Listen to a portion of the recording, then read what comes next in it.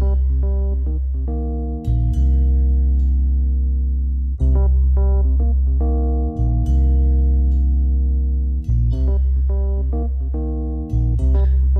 and welcome to another episode of Video Game Logic. Today's show was recorded on March 28th, 2017. I'm your host, Gaming Psychologist, and with me, as always, Mr. Filler Up.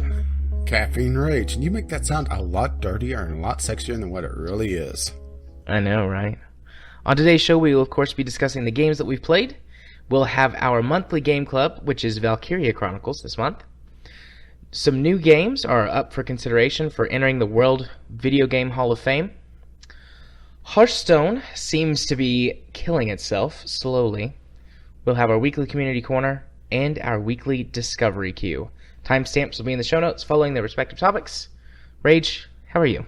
I have a feeling I'm doing a lot better than you are this week. Yeah, I'm tired. Very, very, very tired. So I guess I can talk about it now, and if you don't want to listen to my personal life, find your timestamp and skip to where you want to go. But Prepare to fast forward. So here's what's going on in my life. So I'm started my new job.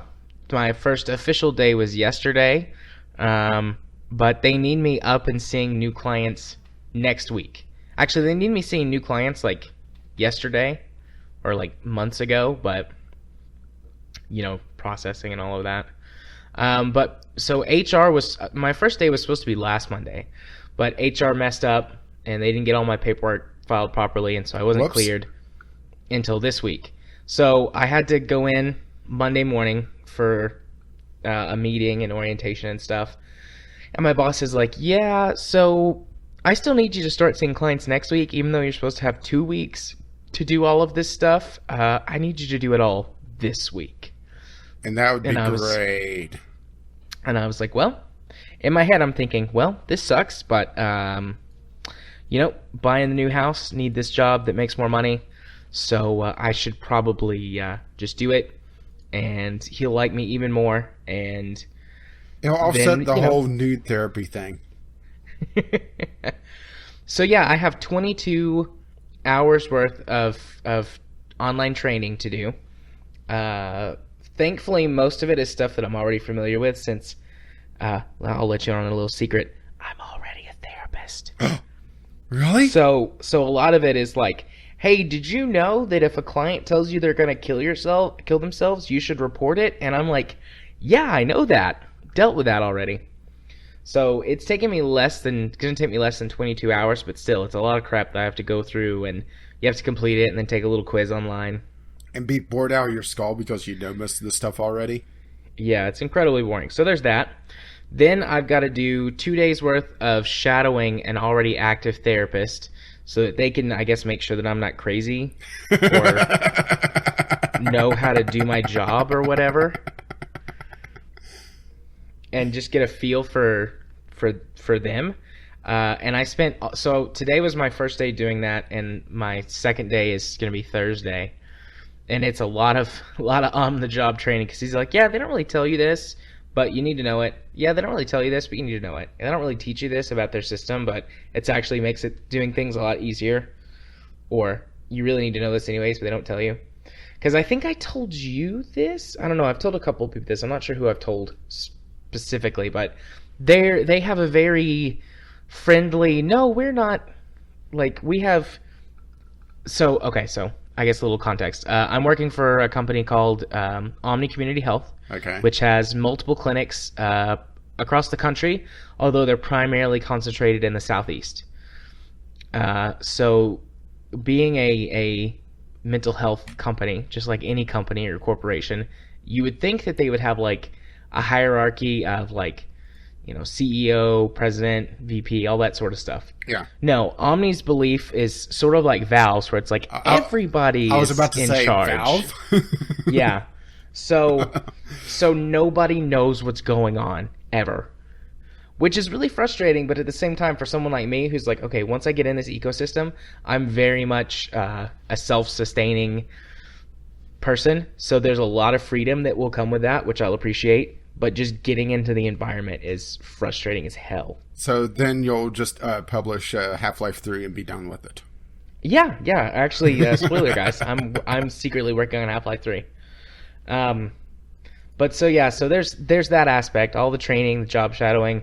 Then they've given me all the paperwork on my clients that I'm going to start seeing next week, and they're like, okay, go through all this and familiarize yourself with your clients, and uh, you can start setting up appointments at the end of the week once you've completed all the trainings. Plus, I still have the clinic where I'm at the university where I'm already working, clients to see there, although I've reduced my client load substantially. Plus, they accepted the offer on our house, or that we made on the house, so we've got to deal with inspections and all that this week to make sure that there's nothing secretly wrong with it, and we're going to have to start packing up our things to move. Yeah, and see if it really is just a model. Yeah, which I sent you the listing, and you said it was nice, and yes, I think it's very nice. And then very I called excited. it Camelot. You did. You made It completely confused you for a moment. For a second, I didn't get it, and I'm not sure if that's just because I'm tired or like distracted this week. But or I just make really obscure references completely at random. Maybe. Well, I don't think Arthurian legend is obscure, but still, yeah, completely off the wall. Yeah. So there's that, and then I'm taking what's called the comp exam this week, which is like the first portion to getting your license. So I'll take the comp exam, and then this summer I'll take the licensure exam, and then all I have to do is finish completing my hours to become fully licensed. But that's this Friday, and I haven't studied for the comp exam. So well, at least whenever you have that dream where you're in the exam and you're naked, you're like, I'm okay with this. There's multiple testing dates though that you can go. So if I fail the comp exam, I can just go and take it again later. But obviously I don't want to fail. Katie doesn't want me to fail because she doesn't want me to have to deal with it later. But if I wait to take the comp exam, then that complicates everything. So that's no good. Gotta take it. So yeah, that's what I'm doing this week. That's why, I mean, I'll say it again later at the end, but that's why there's no streaming. I already canceled streaming on Wednesday, and I'm probably going to cancel on Friday too. Because when I make it to Friday, I'm just going to be a lump of exhausted person. Which is only slightly different from being your usual lump. Yeah, fair enough.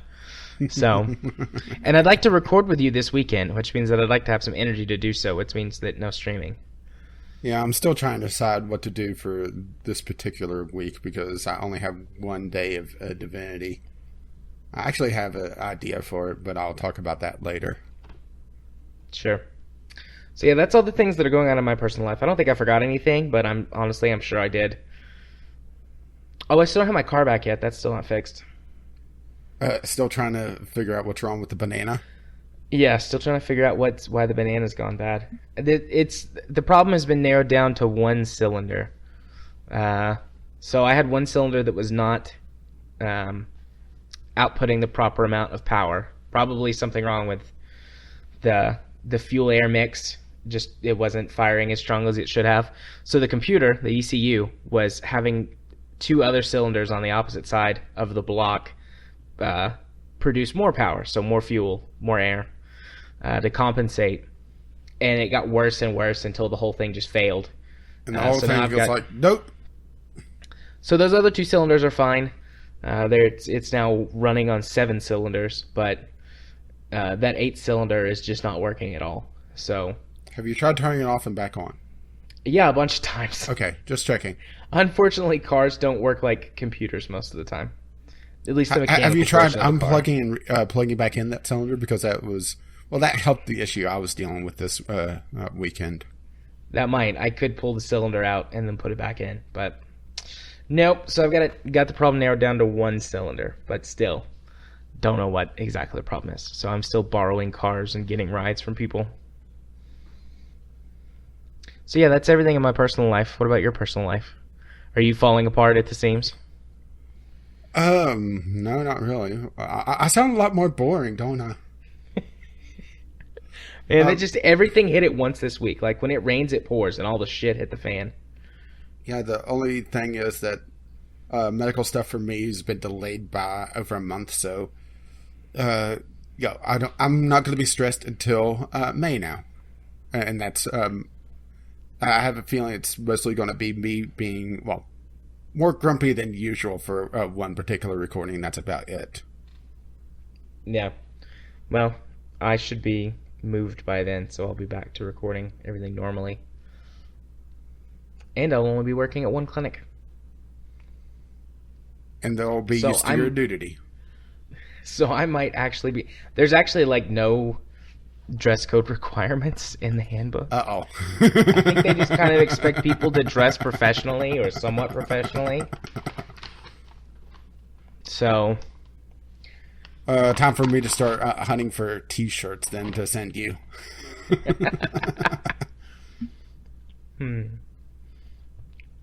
Okay. It'll be just the T-shirt. Yeah, of course. Why would I need pants? I took a delicious sip of water. For some reason, water is extremely tasty tonight. I think I'm maybe a little bit dehydrated, at least compared to the usual amount of hydrated that I am. Because I'm pretty sure I drink more water than any person should. Or more liquids in general. But enough about my water intake and my hectic life. Would you like to talk about games, sir? You just want to move on to the first game that I played.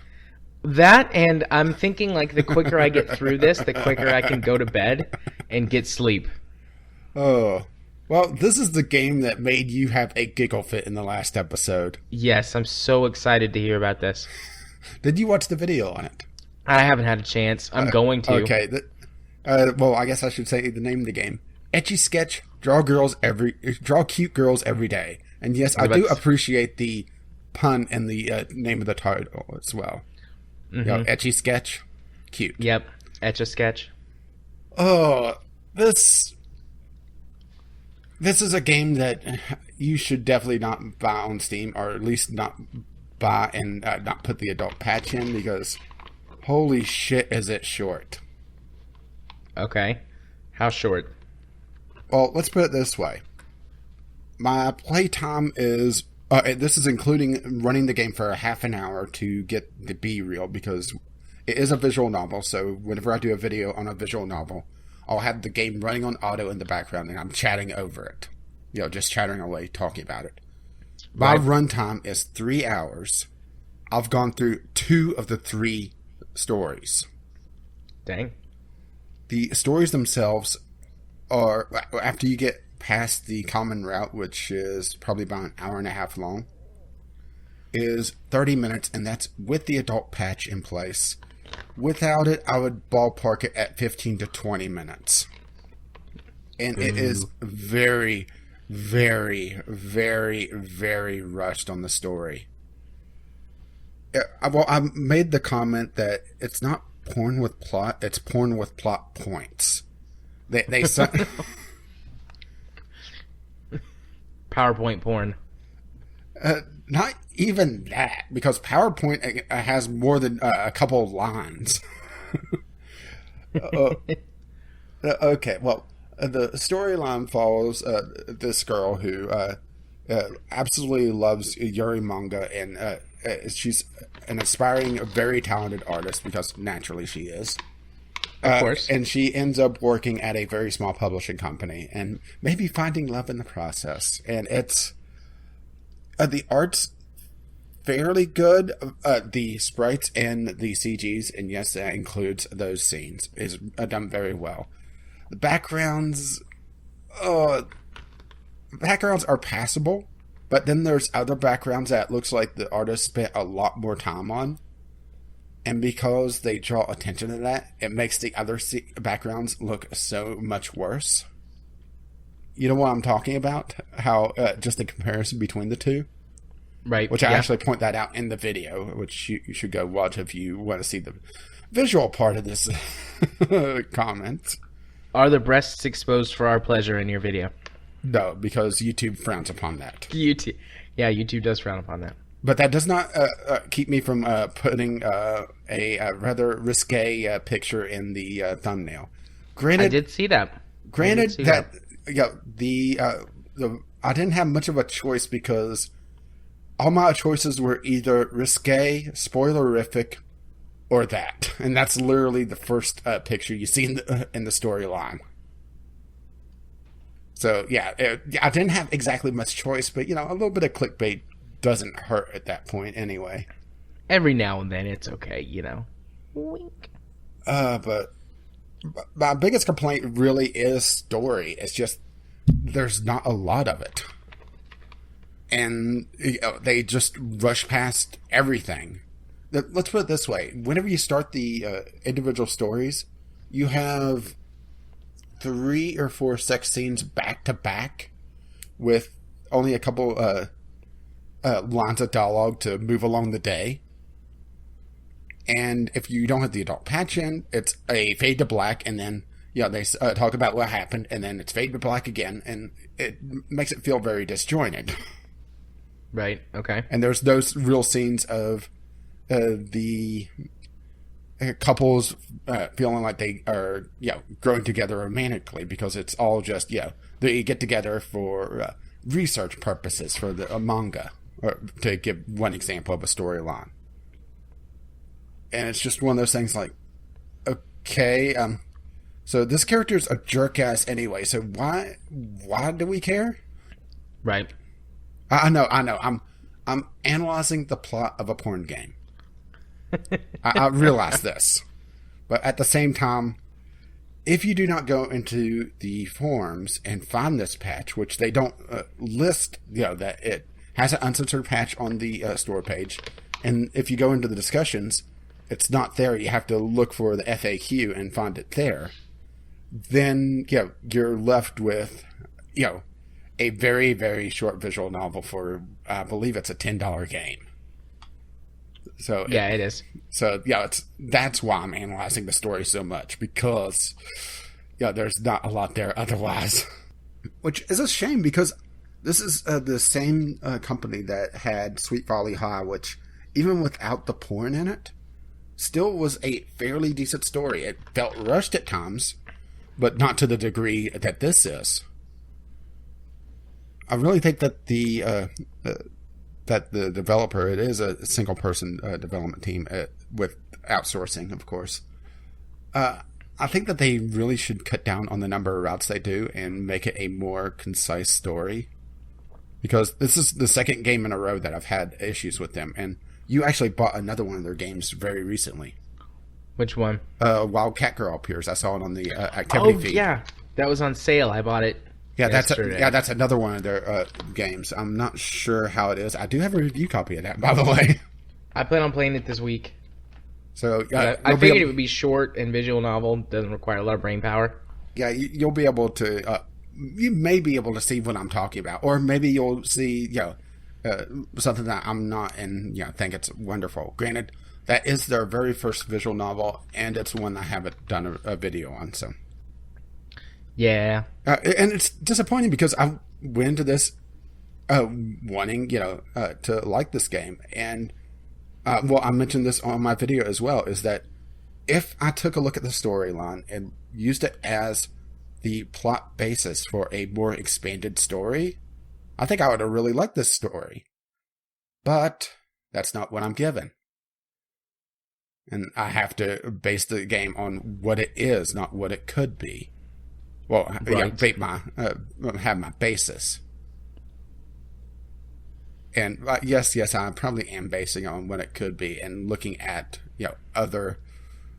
I hate using the term more well done visual novels, but more complete is probably the better term for it. Yeah. Even some cheaper or free visual novels sound like they would be story-wise better than this one. Yeah. Like I said, there's so many fades to black, especially immediately whenever you go into the route. And this is something I didn't even mention, is that the choice of route is very, very obvious, and I like it more whenever it feels more natural. It's not such a gamey choice of, okay, you have to choose your meeting, and it pops up the screen. Who do you choose to have the meeting with? And it's obvious, this is the choice of routes. That sort of thing. It's not, Something more natural would have been like a disagreement between two of the girls, and you have to try to sort it out. Not a very gamey cut to a choosing character selection screen is the best term I could use for it. I mean, it's literally a character selection screen. Which character do you select to go bang, eh? Pretty much. Boy, I'm really, really mean to this, but I'm also a harsh judge.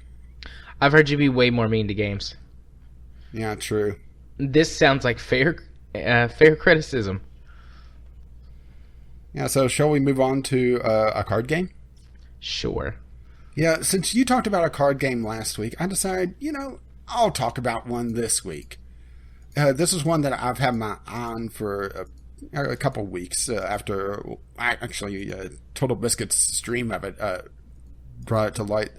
Theria, which is the best way I could describe it is a bastard child of Hearthstone, Magic the Gathering, played on a hex grid like Civ.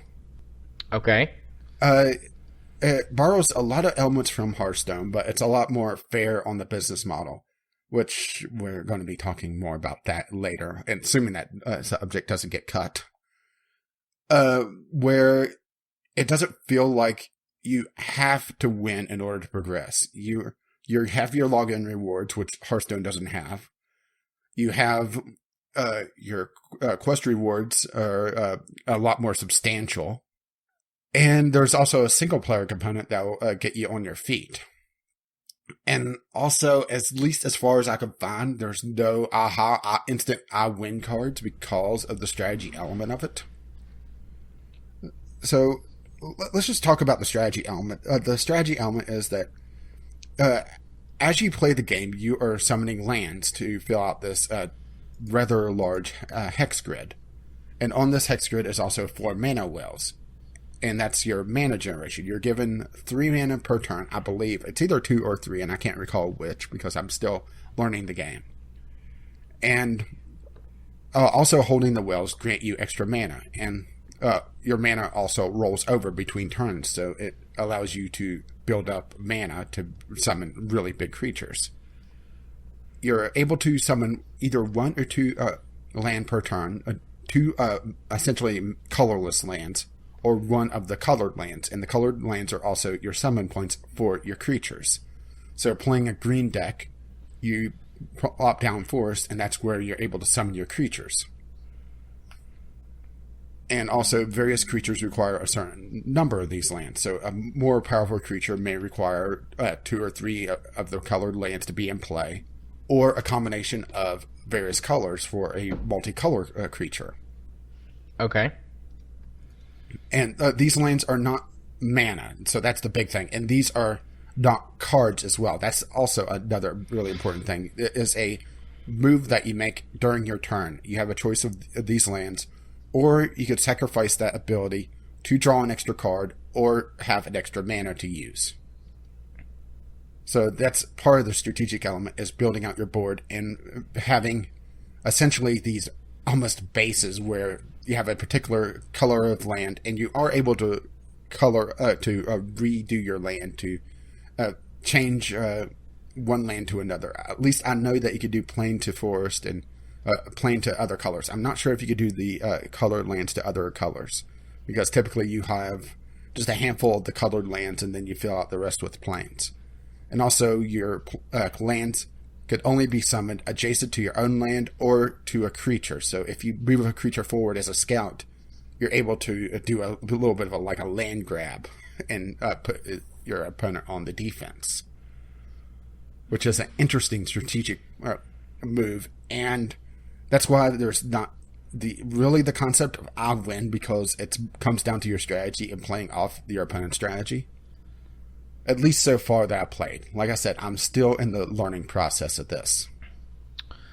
Sounds really interesting. I've heard TV talk about it on Co-Optional, but I haven't watched any of his streams. I haven't listened to the Co-Optional where he talked about it yet. I've only watched the stream and played a little bit of it, mostly while I'm having my coffee to kind of wake up before diving back into Valkyria Chronicles to try to get through as much of it as I could, because I'll be honest, I didn't finish the game, mostly because I waited too long and got a little frustrated with it, but that's later. That's a surprisingly long game.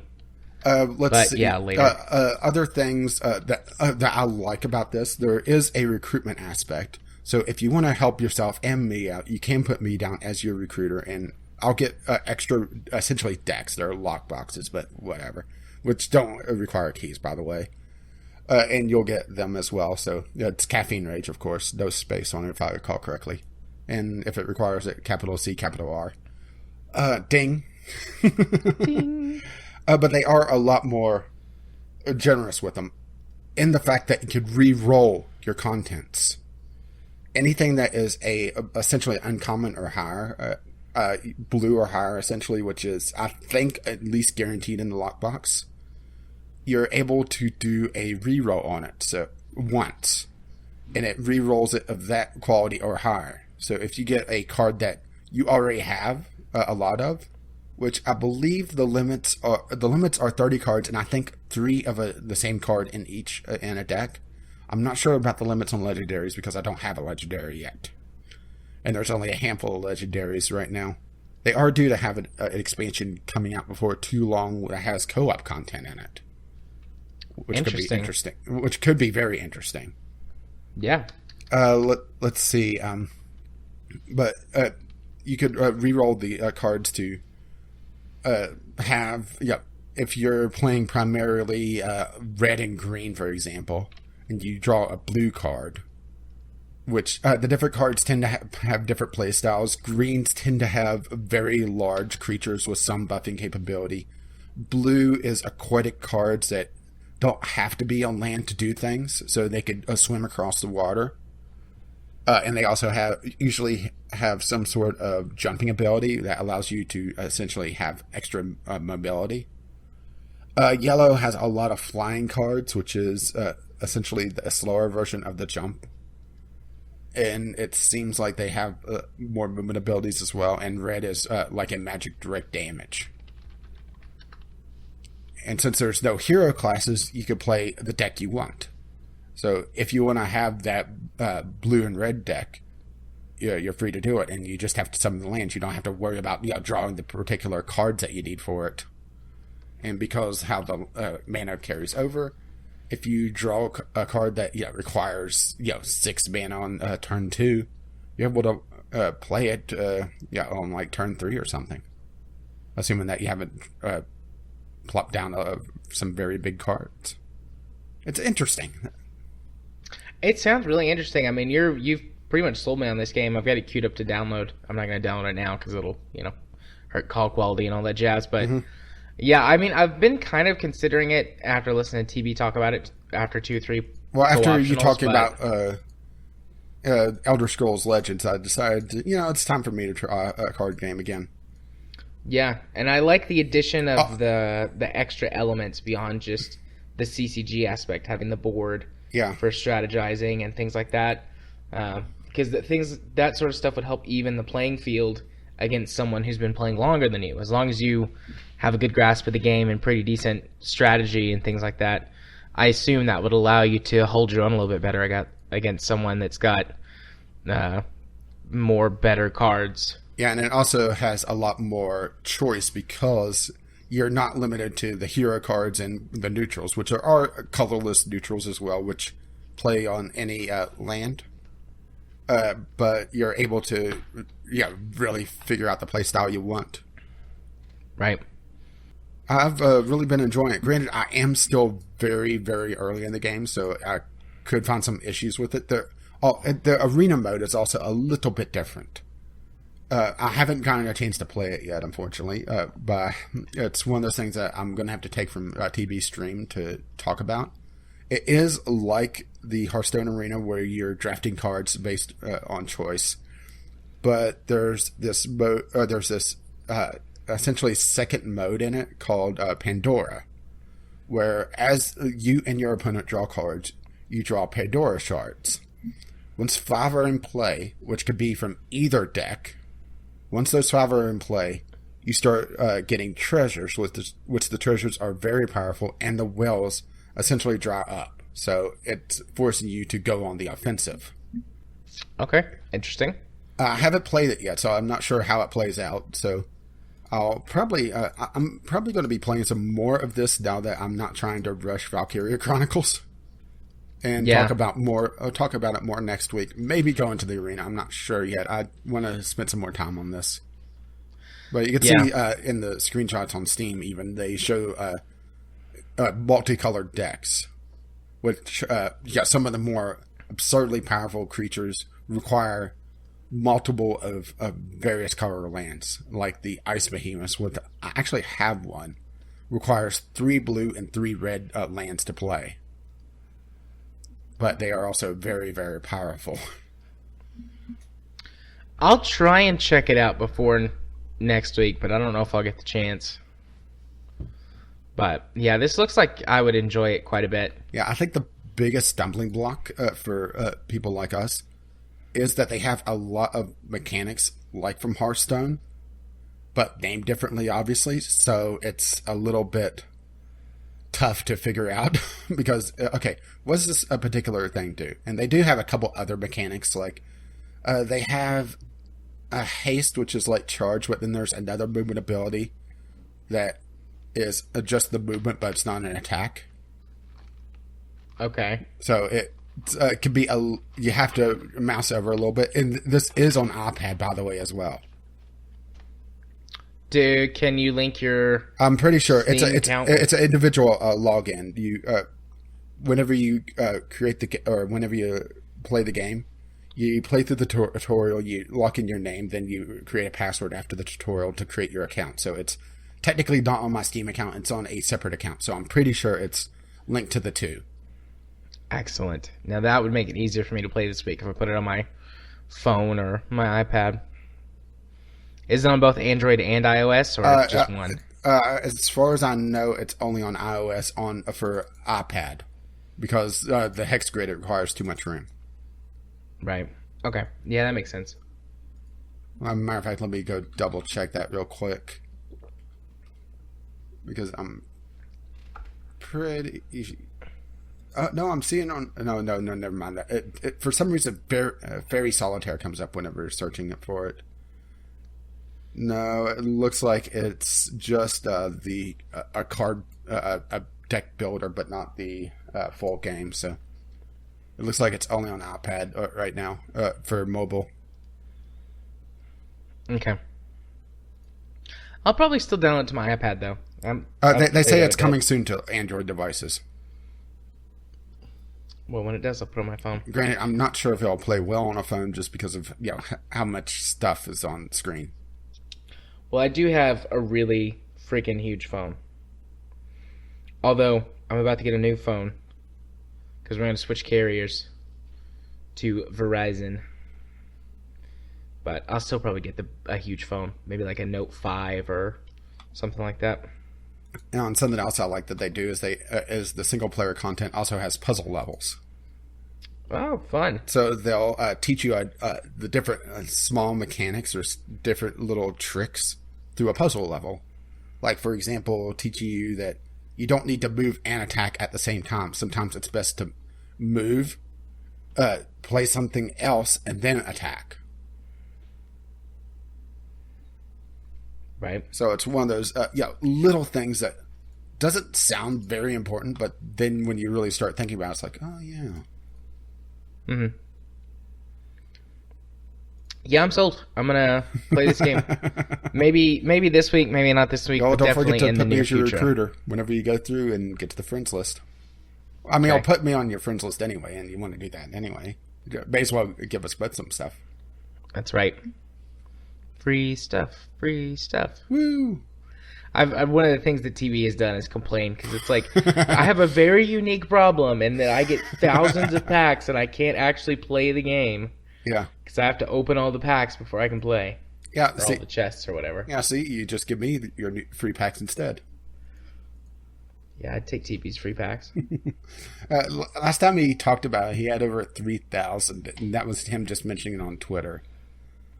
It's something like, it would take him a day. Like 24 hours of just clicking through. And, Yeah. and it's something that you can't script or can't script easily without, just using some sort of mouse recorder. Yeah. First world problems. Yeah. All right. That's the Is it my problem turn? being popular. Yeah, I think so. Okay. So it's time for your mobile game. Yeah, so Fallout Shelter. I played Fallout Shelter quite a bit more this week. That's about all I've had time to play this past week, honestly.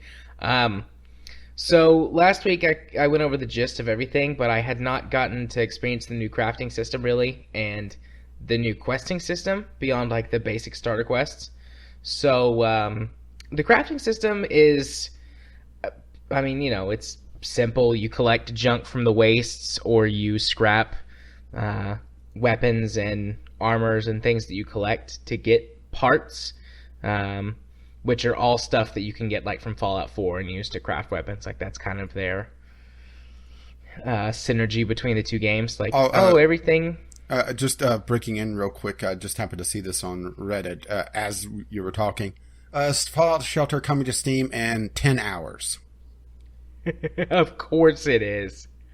Of course it is. After I've already spent a week building, or actually a little over a week, closer to 2 weeks building. And they're also using the shop, the Steam shop, so you could use your Steam wallet to buy useless lunchboxes and pet carriers. Cool. I'll probably do that. It's actually super easy to copy your save data and drop it anywhere else. So I've been playing the same shelter between my laptop, my iPad, my phone, and my desktop. I just drop the file into Dropbox, which it sucks that they don't have cloud syncing between devices automatically, but at least it's not a pain. They're like, yeah, it would be nice if we had this, but we don't, so we made it easy to get your save file. Yeah, now give us a buck for a lunchbox. But here, buy a 6-pack of Nuka-Cola to speed up all the timers, because that's exactly what you want on a mobile game. Nuka-Cola Quantum. But so anyways, yeah, the crafting system uses the exact same stuff that you use in Fallout 4 to craft weapons and things, so there's kind of a little bit of a synergy there. And it's simplistic, but the best stuff in the game you actually get by crafting as opposed to finding it. So a lot of the rare... I can't craft any legendary items yet, but I can craft rare stuff, and the rare stuff is way better than anything I've found or gotten out of a lunchbox so far.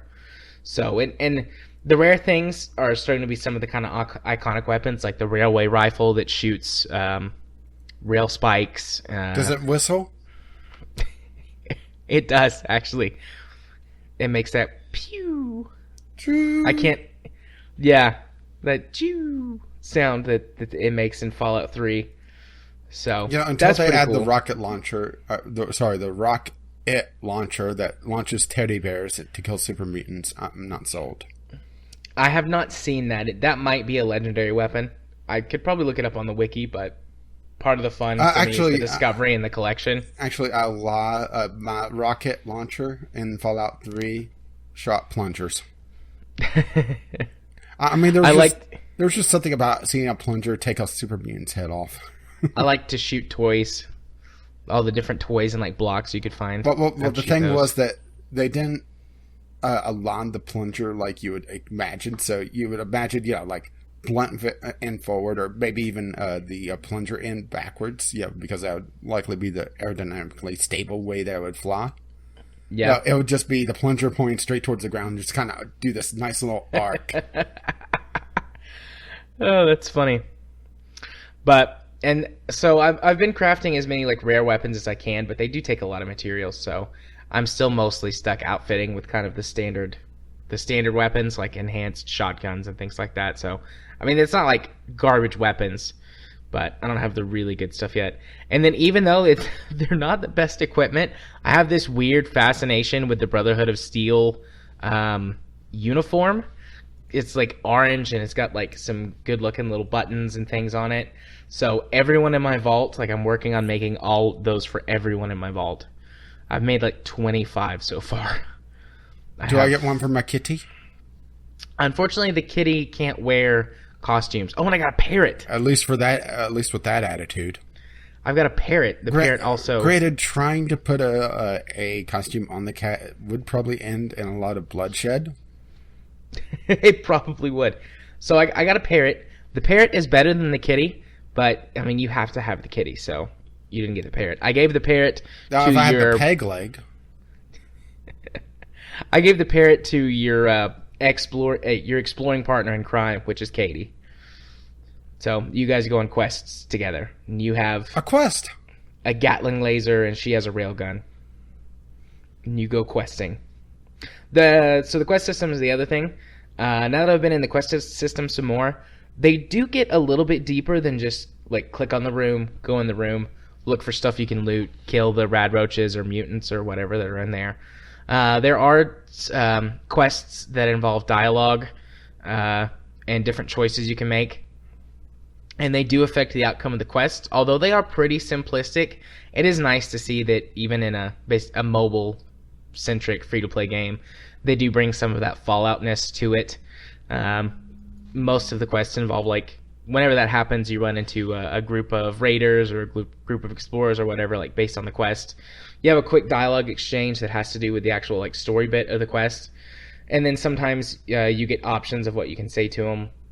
Sometimes you can force or avoid a fight based on what you say, get bonus rewards, get more information which can lead to additional quests, that sort of thing.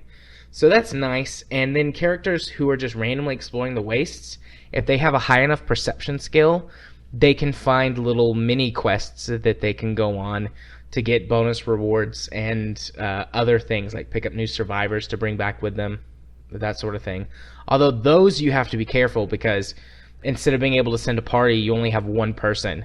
And as far as I can tell, those are randomly generated. So you could wind up in like a really high-level quest with a character who's not properly equipped to do so, because you just send them out to the wastes.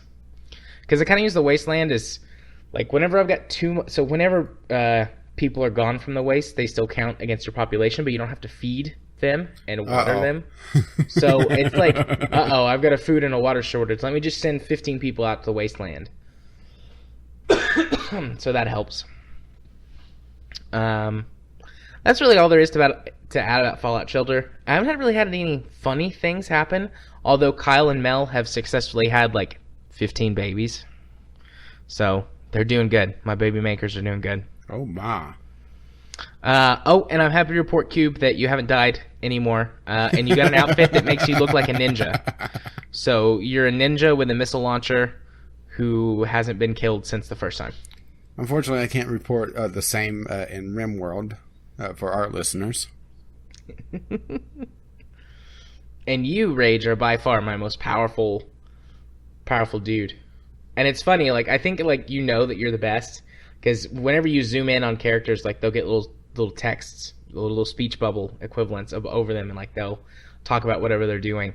And whenever you're out on a quest and I zoom in on you, you're like, yep. Every time you're like, yeah, I'm, don't tell anyone, but I'm next in line for the overseer position. So, yeah. It's fun. I really enjoy Fallout Shelter. No. See, I just know that the Gatling laser is, the shortcut. Yeah, the shortcut to being the overseer. But yeah, I really like Fallout Shelter. I've enjoyed playing it. And it has made me more and more want to play Fallout. So yesterday, not yesterday, over the weekend, Sunday, I poor thing, losing track of your days. Usually at least I have an excuse. I am losing track of my days. I sat down to play Fallout 4, which I haven't played Fallout 4 in over a year. I bought it when it released, so whatever day it was in November in 2015. And I beat it before we started podcasting, so I don't think I've ever talked about Fallout 4 on the podcast, at least not in I played this since. So I spent like an hour picking out some mods, and then I was like, you know what, if I'm actually going to play this game, I should probably start it with the mods that I have. Yeah, not a bad idea. I mean, usually adding mods is okay, but it can cause issues, so I just like, my general rule for modded games, pretty much overall, is pick the mods that I want at the start, and once everything is up and running, do not touch the house of cards.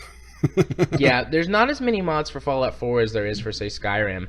And also, Fallout 4 has a problem where that all of its DLC being separate, certain mods only work with certain DLCs, Yeah. or with all of them, or with none of them. So thankfully, the built-in Fallout mod manager is like, you've got an incompatibility here. This mod is only designed to work with this DLC, and you don't have that DLC. Shit's broken, yo. So that's nice. That saved me some headaches, I'm sure.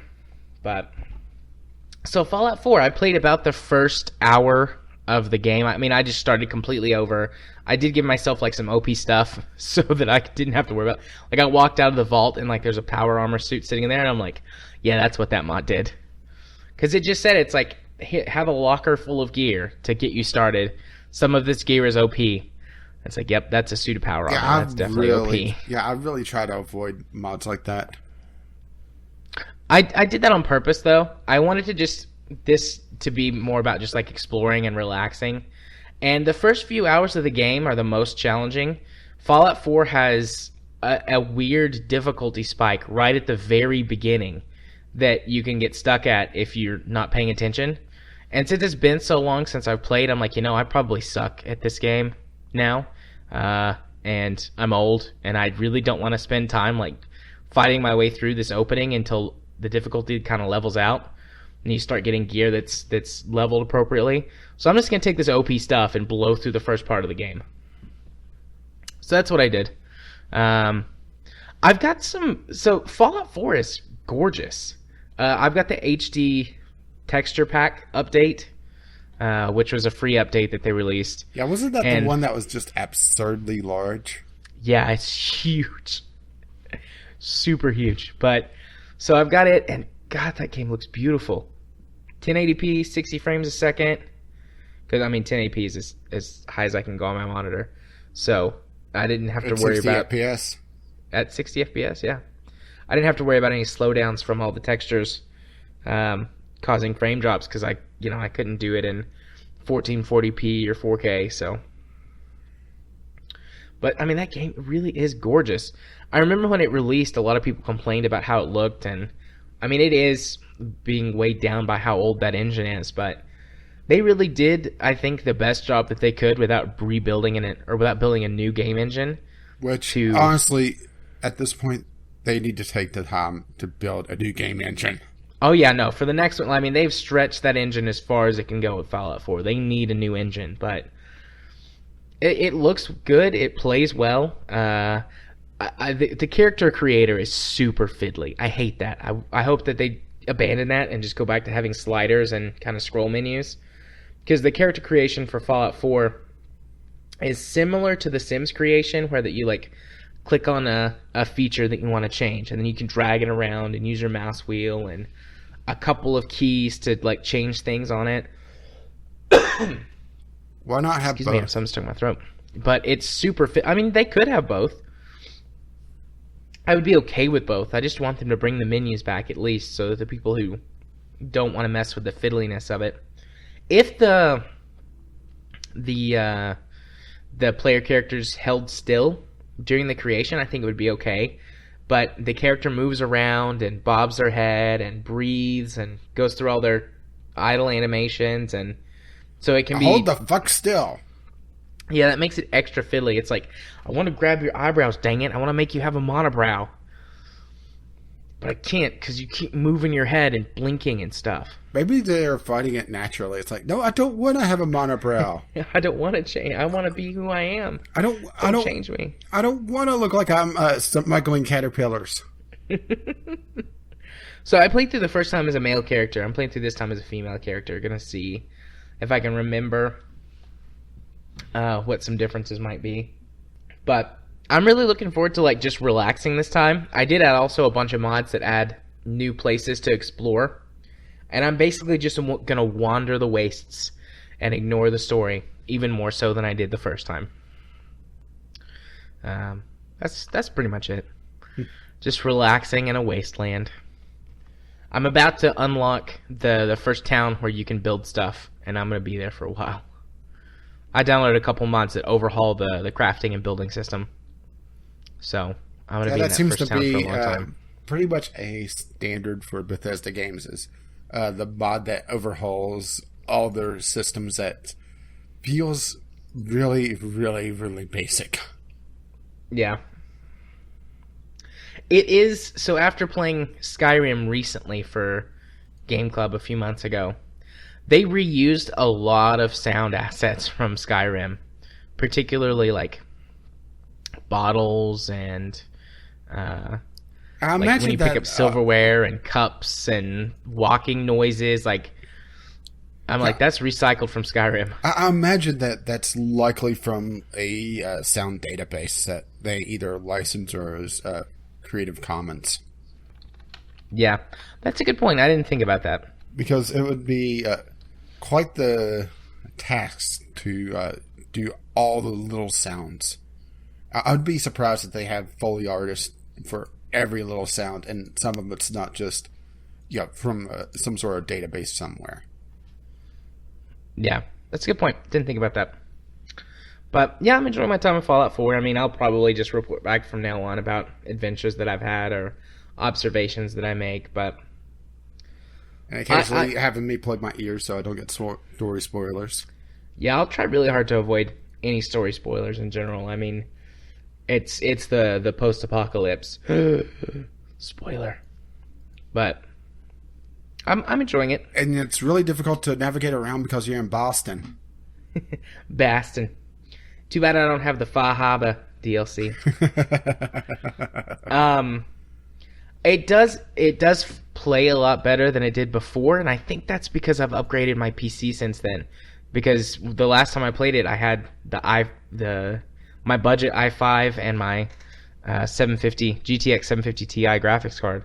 Yeah. And I mean, I could get the game to run at 60, but it's poorly optimized or something, and it was like, it looks like utter garbage but runs at 60, or looks decent and most of the time is at 60, but as soon as you get to combat it drops to like 30. Like I had to make a lot of compromises to get it just the way I wanted it.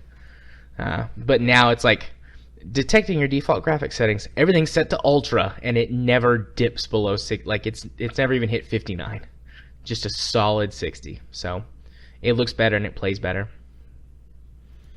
So I'm gonna enjoy this playthrough. I'm gonna play it like an hour at a time for the next, I don't know, 50 weeks, and then I might maybe get through it. But so yeah, that's all about games this week. Are you ready to move on to Game Club? Yeah, well, all about games and immediately into games. Yeah, that's enough for games this week. Let's go talk about another game. So yeah, for this month's Game Club. Oh, I remember I remember that I forgot to put in the topic list that we have to announce the next Game Club. That always takes a few minutes. Anyways, so this month's Game Club is Valkyria Chronicles. We have talked about this game a little bit before. A couple of months ago, I believe it was, I started playing it because I'd always meant to. And then after our, shall we say, Game Club debacle, we picked Valkyria Chronicles to be the next game for Game Club. So I finished it. When Katie was gone. Yeah, I got approximately 2/3 of the way through. I would have gotten a little bit further, but I had to record RimWorld actually twice, and that took me 2 pretty much entire evenings for me because I had a recording issue and I had to redo like 6 episodes. So yeah, I ended up that was probably a couple chapters. I was in the low teens, and there's 18 chapters total. So I got pretty much most of the gameplay that I was going to see anyway. And then I just went yesterday and I watched the remaining cutscenes on YouTube. Yeah, and then I went through yesterday and today, and honestly, that's about the same experience because this is a lot of cutscenes. Yeah.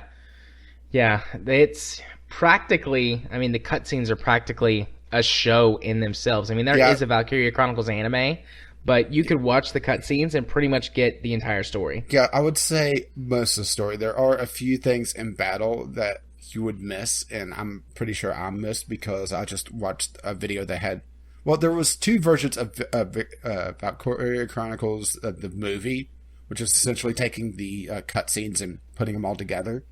One was 4.5 hours, which was literally just the cutscenes. And the other was 7 hours, which included little bits of combat here and there. To get the stuff that happens in the missions themselves. Yeah. Granted, some of that was, just very incidental stuff. The reaction to particular events happening in a battle. They had that in there. Did they have the stuff like where you go to? I can't remember her name, but the newspaper lady. Because there's the writing on the wall. Yeah, there's.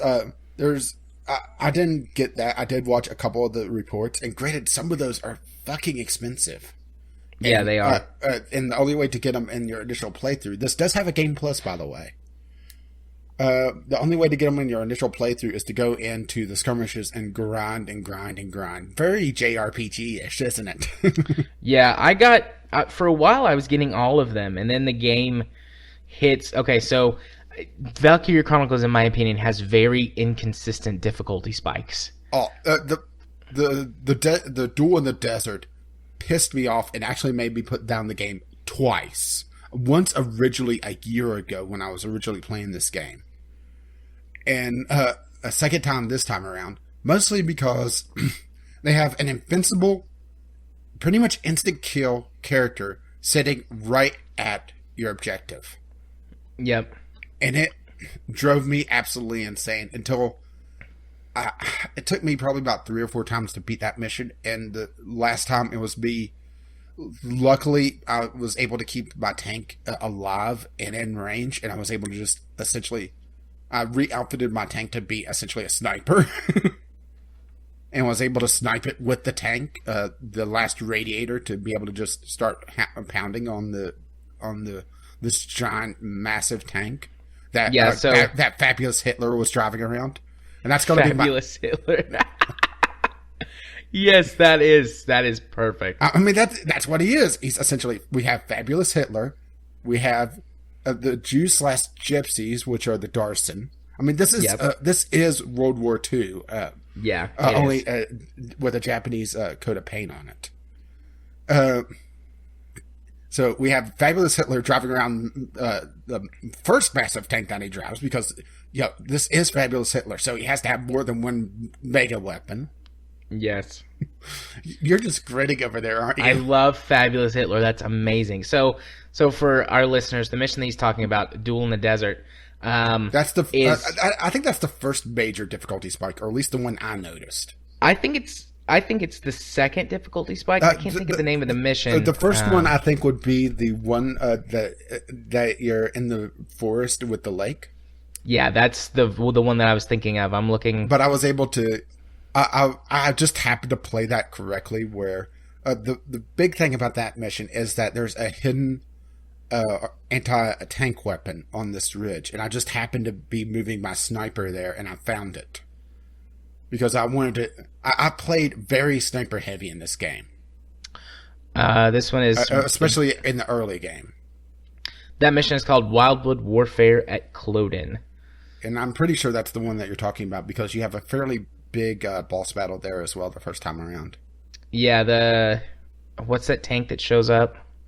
I'm blanking on it. That's the one I played over a year ago. Yeah, I don't remember all the names for everything. I'm on the wiki, though. I suppose if I looked hard enough, I could find it. But basically, that game, or this level, is one of the first difficulty spikes, because it splits your troops up into 2. And which, honestly, you don't really need to do that. That's the thing is that I found with this game, is that it really pays off to not field a complete set of units. To field out your officers, which gives you extra action points. And then call in for reinforcements for whatever you need. That's how I was playing it. And I was once I adopted that playstyle after getting frustrated with Fabulous Hitler's mega tank. That's how I beat it, was that I had more actions on individual units because I had fewer on the field.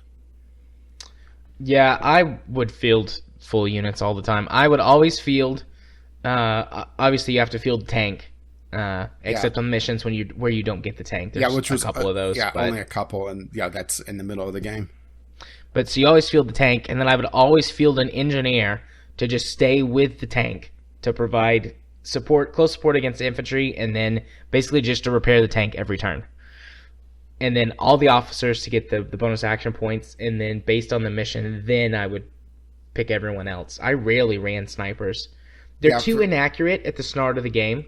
I suppose it gets better, but they get far better once you get. Well, here's the thing: is that this is one thing that really annoys me about the game is that the reward system and how they dish out experience and money is based on how quickly you complete a mission. Yeah, which is stupid because this is a strategy. Yeah, this is a strategy game, and the only way to get a really good ranking on a mission is to play not strategically but very, very dangerously, which feels like it's completely against what the genre is supposed to be. Matter of fact, it's kind of funny.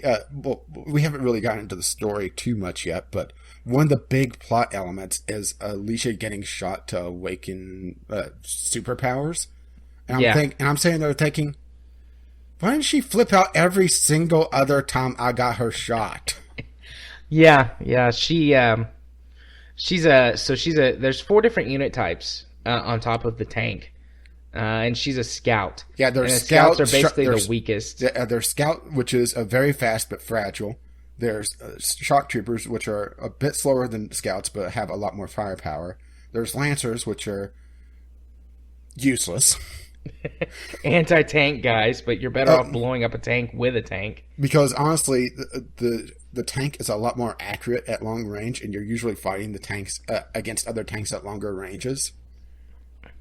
So yeah, they're pretty much useless, and they're the second slowest class next to the sniper, which is long range anti-personnel. And if you upgrade the snipers to a significant degree, even whenever they're inaccurate, they still get their hits in. Because, well, here's the major thing that I found with the snipers is that you have to zoom in every single shot. Even if you could line up the shot fairly well without fully zooming in. Fully zoom in, because how the shots go off is for every shot in this game is that you have an accuracy circle, and it essentially rolls a dice. I mean, it's based on a formula, but whatever, of how close your shot is to the crosshairs. And with snipers, the more you zoom in, the smaller that circle is and zooms in. So every single shot, you're spending that time to zoom in to get the better shot. Even when you just happen to roll an inaccurate shot, it's one of those things. Right.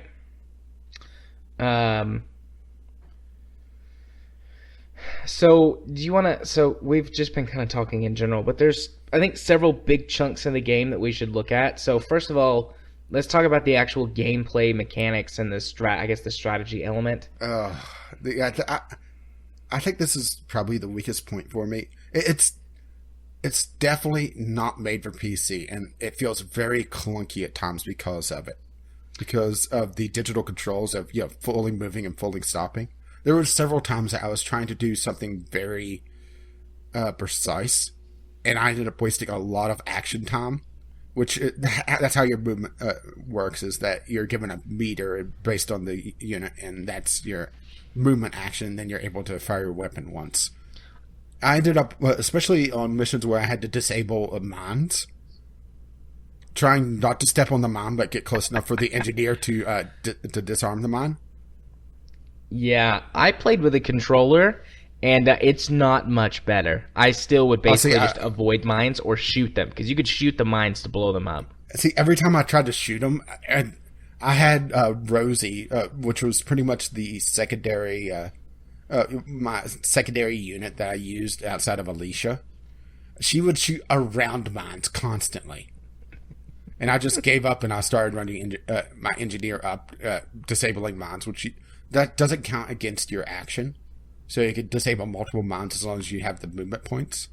Yeah, and then run them back into cover. And the thing is also, if you use a unit multiple times in a round, the only disadvantage to that is that you get less of your movement bar. So for a scout or engineer that have really big movement bars already, you're still able to move more than a stormtrooper. Yeah. They're I think overall, okay. So I like them at the beginning. I was like, yeah, this is fun at the beginning. But as the game wears on, there's very, very little change in the mechanics as you go. Yeah, the So only time the mechanics really change is whenever a particular class becomes an elite, that they get level 11, and that's a lot of experience. I only got one class to that. I actually didn't get any classes to level 11. I didn't know that they changed. Yeah, I got the scouts to level 11, and they get a grenade on their rifles, which is absurdly powerful. Yeah, I'll bet, because the standard grenade is extremely powerful. You just can't throw it very far. Oh, the rifle grenades have this huge arc, and their minimum range is farther than the thrown grenades. Dang. That would be handy. Yeah, I was using it to clear out a lot of bunkers, and what I would do is on maps that required a lot of clearing out like that, I would have a secondary engineer to follow my scouts, because it would be a one-shot thing per turn. The scouts would do that. I would run usually two scouts, Alicia, and depending on whoever fits the map better, because that's also something else we haven't talked about, is just individual units, how they interact with the maps, which we'll get to in a little bit. Yeah. I would have them launch their grenades, fall back. The engineer would take his turn, reload them, and then they'd shoot again. Yeah, that would definitely be handy. That's how I was taking out on maps that had a lot of armor units. I would have done it on the retaking of Brawl, but I was counter sniping on that to take out all the damn snipers. Yeah. So really quickly, leveling up characters, we mentioned that. You level up the classes of soldiers that you thankfully have. it's not individual characters, because there is just an absurdly large roster of characters. Some of them have a lot more story than others. It's pretty much the story revolves around Welkin and Alicia. That's their story. Then you have the officers, which have a bit of a backstory and some more info about them. Then you have the rest of the roster that has usually a few lines in the bio, which is still a lot more than what some games have. Yeah, and there are a lot of characters. And you continually get more as the game goes on. Some of them are story-related. Like there's one guy that you get... Zaka, yeah, the second tank for your which for your honestly, squad. I found the second tank to be completely useless. I never used it. I used it. I would usually take both tanks. You're forced to take both tanks. Yeah, well, I mean, what I'm saying is that I would use both of them actively in battle. Pretty much, the second tank was moving cover for me. Yeah, that's mostly what the tanks are, moving cover. I mean, I'd always take a shot with them when I use them, but except for fighting other armor, your infantry do a much better job than the tank throughout most of the game. Yeah, I guess in the early game, the tank with the mortars can do a ton of damage to infantry. Yeah. But as they level up, as you go through and get more health and more resistances, the mortar becomes less and less effective. And the machine gun is just kind of laughable. Granted, I did replay the skirmish where you had that first initial damage or difficulty spike to just get a little bit of extra experience to level up a unit or level up a class. And because it's based on what your units currently are in the play and your playthrough, and the units on that map doesn't change. My tank was able to sit there. It just, as the reinforcements came in, they would start to move and the tank would just mow them down. Oh. And I just had to wait a turn because Alicia didn't have enough movement to get to capture the base. And for some reason, having a fuck off tank in the base, doesn't count as capturing it. Which that's usually what it is I would say, 90% of the time it's capturing the enemy base, and that's why a lot of it feels like it goes against the whole strategy element, is that, you're rewarded a lot more for rushing through. Right. So you also mentioned a few minutes ago the sort of interaction that each of the characters have with the levels. So characters have these little traits. They call them potentials. Yeah, and some of them are bonuses and some of them are negatives. So a bonus would be like your character likes, I can't think of the name of it. The allergies would be bad things. Yeah, like Jan, for example, which was usually who I used as a secondary lancer. You got it, hon. If there was, of course you would love him. I love Jan. He's my favorite. If there was a lot of armor on the field that was close range, I would use a secondary lancer, and I would use Jan. And he had both negatives and positive. He would have a pollen allergy, so if it was a lot of grass on the field, he would lose health. But if he was near Largo, who he has a crush on, he would get bonus attack. And he also had a chance to have an extra shot of his lance, because the lances have a ammo count on them. Not all weapons have ammo counts. The scouts' rifles don't. The shock troopers' machine guns don't. But more powerful things like grenades, lances have a particular ammo count, which can be refilled by engineers, which is why they're important. Also, it refills every turn by 1. Yeah. So the default Lancer ammo count is 3, and every turn it goes back up by 1. So you never run out of ammo, but if you do run out on a turn, then that character kind of becomes pointless. Yeah, it gets very tough. And snipers have an ammo count of 3 on their base weapons. And I think that maybe some of the hidden sniper weapons have different ammo counts. That's another thing, is that on most of the maps there's something called an ace, that if you kill them you unlock a particular weapon, and it usually unlocks a different play style. Like a sniper gets a lot more powerful of a gun, but it's a lot closer range. It has a bigger damage fall off after a certain distance, which that is one thing that I found very annoying, is that it was always very tough to tell ranges at times. Yeah. Especially for things like the shock trooper and the sniper, because the sniper, once you get past that particular range, the damage just drops completely off. And the shock trooper has the same problem, but it's a lot closer range. So once you get past that particular range, instead of taking 3 or 4 shots out, 20 to kill something, it takes 40. Yeah. Which that would be frustrating, because there's no way to tell other than like targeting, like, okay, how close am I? How many shots is it going to take to kill? All right, I guess I should probably move up.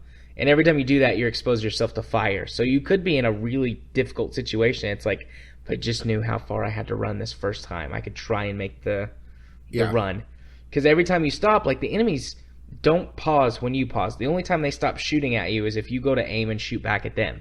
So if you're like standing, like trying to position yourself properly, you're getting shot at the whole time, and you could wind up dying before you even get to really take your move. Yeah, that's also whenever something is getting a little bit fiddly, like trying to disarm mines or trying to line up that shot. It could be very annoying if you're being shot at. Granted, there are things that you could do. You can launch the smoke shells from the Eloise, the main tank that you get, to provide yourself mobile cover, or just move the tank itself to provide cover. But it's still very fiddly. And also something else I ran into was it feels like there's a lot more invisible walls that there needs to be in this game. Yeah, there's a lot of times it's like, why can't I go through this? Or why can't I like step down into this trench instead of having to go and kind of walk down sort of like the ramp part that goes into the trench? It's like, this is like a step down, like I would be stepping on, like up or down a flight of stairs. Like, why can't I take this step instead of having to walk all the way around? Or even trying to climb over sandbags. That's something else, is that you have to run into them for a moment. And sometimes it's a little fiddly, and it'll say that, oh, you're moving to the right too much because you're not exactly perpendicular to it. Yeah. We're really shitting on this game. I do like this game. It's just there's all these little things. Yeah. So is there anything positive that you like about the mechanics? Because I think the mechanics are the worst part of this game. I do Not because they're bad. They're just... Fiddly. They get boring. They're fiddly and they get boring. I do like the different potentials and having to swap out particular units. Granted, because you're rewarded so much for taking your officers, it feels more like instead of fielding the best units that you can, you're always, it's always this set roster plus these two guys. It's like Kirk, Spock, and McCoy and a random red shirt go to battle. Right. Instead of setting out your the best field the best units that you can. That's something that really annoyed me, particularly whenever one of your officers may have a negative trait for that particular area. Right, which I think you said this, but officers give 1 bonus action point. Yeah. So that's why you're heavily incentivized to take the officers. Yeah, so even if there's no armor, I would take Largo, which was one of the 3 officers that you'd take. Because there was an officer for scouts, an officer for shock troopers, and an officer for lancers. There was no officers for for snipers, which felt like it was a little lacking. No engineer officers either. No engineer officer. That's right. Technically, the engineer officer would probably be Welkin, even though he was a scout whenever you're on foot with him.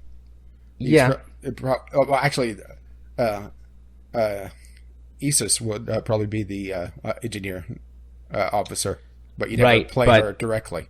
Also, spoilers, she dies. How dare you? Yeah, she gets shot in the chest. Yeah, and I'm sitting there watching that cutscene. That was one of the last cutscenes I saw in my playthrough. It's like, why is nobody calling for the medic? Yeah, because the medic brings people back from... It's like, oh, did you get blown up by a tank shell? Miss Medic! Yeah, she got blown up by a tank shell. Yeah, there's this weird disconnect between story and gameplay that it kind of took a little bit of the punch out of it for me. Was that, okay, why is nobody calling for the medic? Yeah. Video game logic.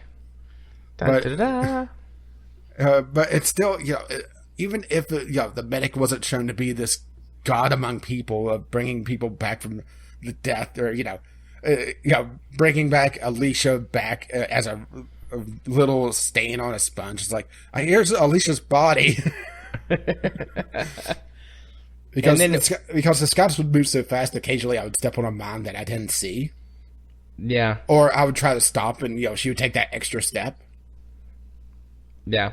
Or when Alicia gets her god powers, it's like, you have died like a dozen times in my playthrough already. Yeah, exactly. Why now do you get your god powers? Well, you didn't put the lance shield on her unconscious body.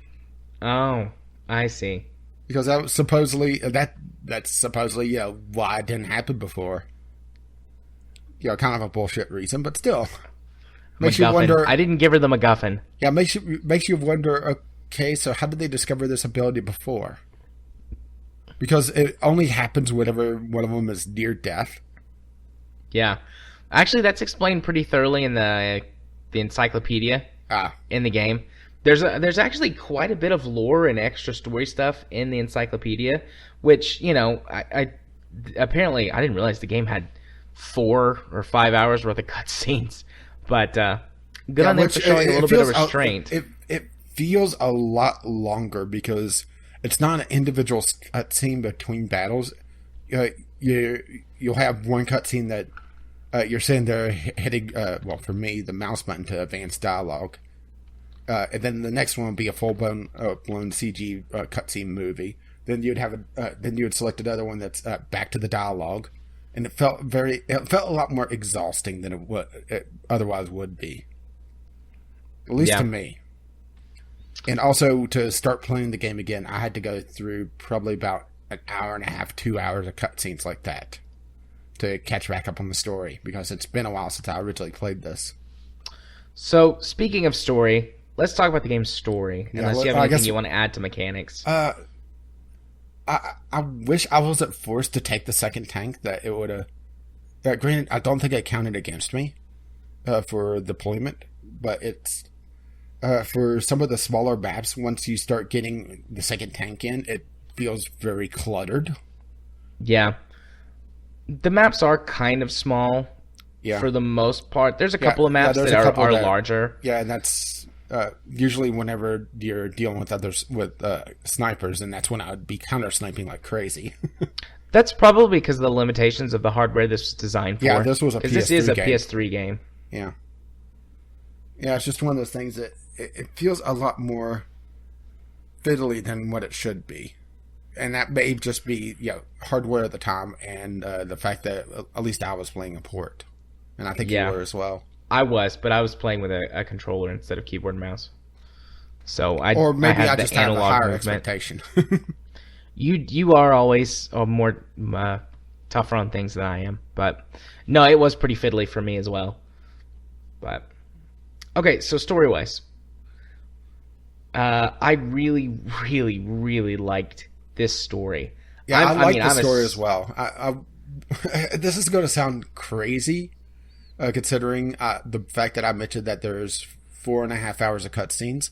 I wish that they went into a little bit more on the characters themselves and outside of the encyclopedia and had them in the cutscenes. Yeah. Because that's one thing I noticed is that after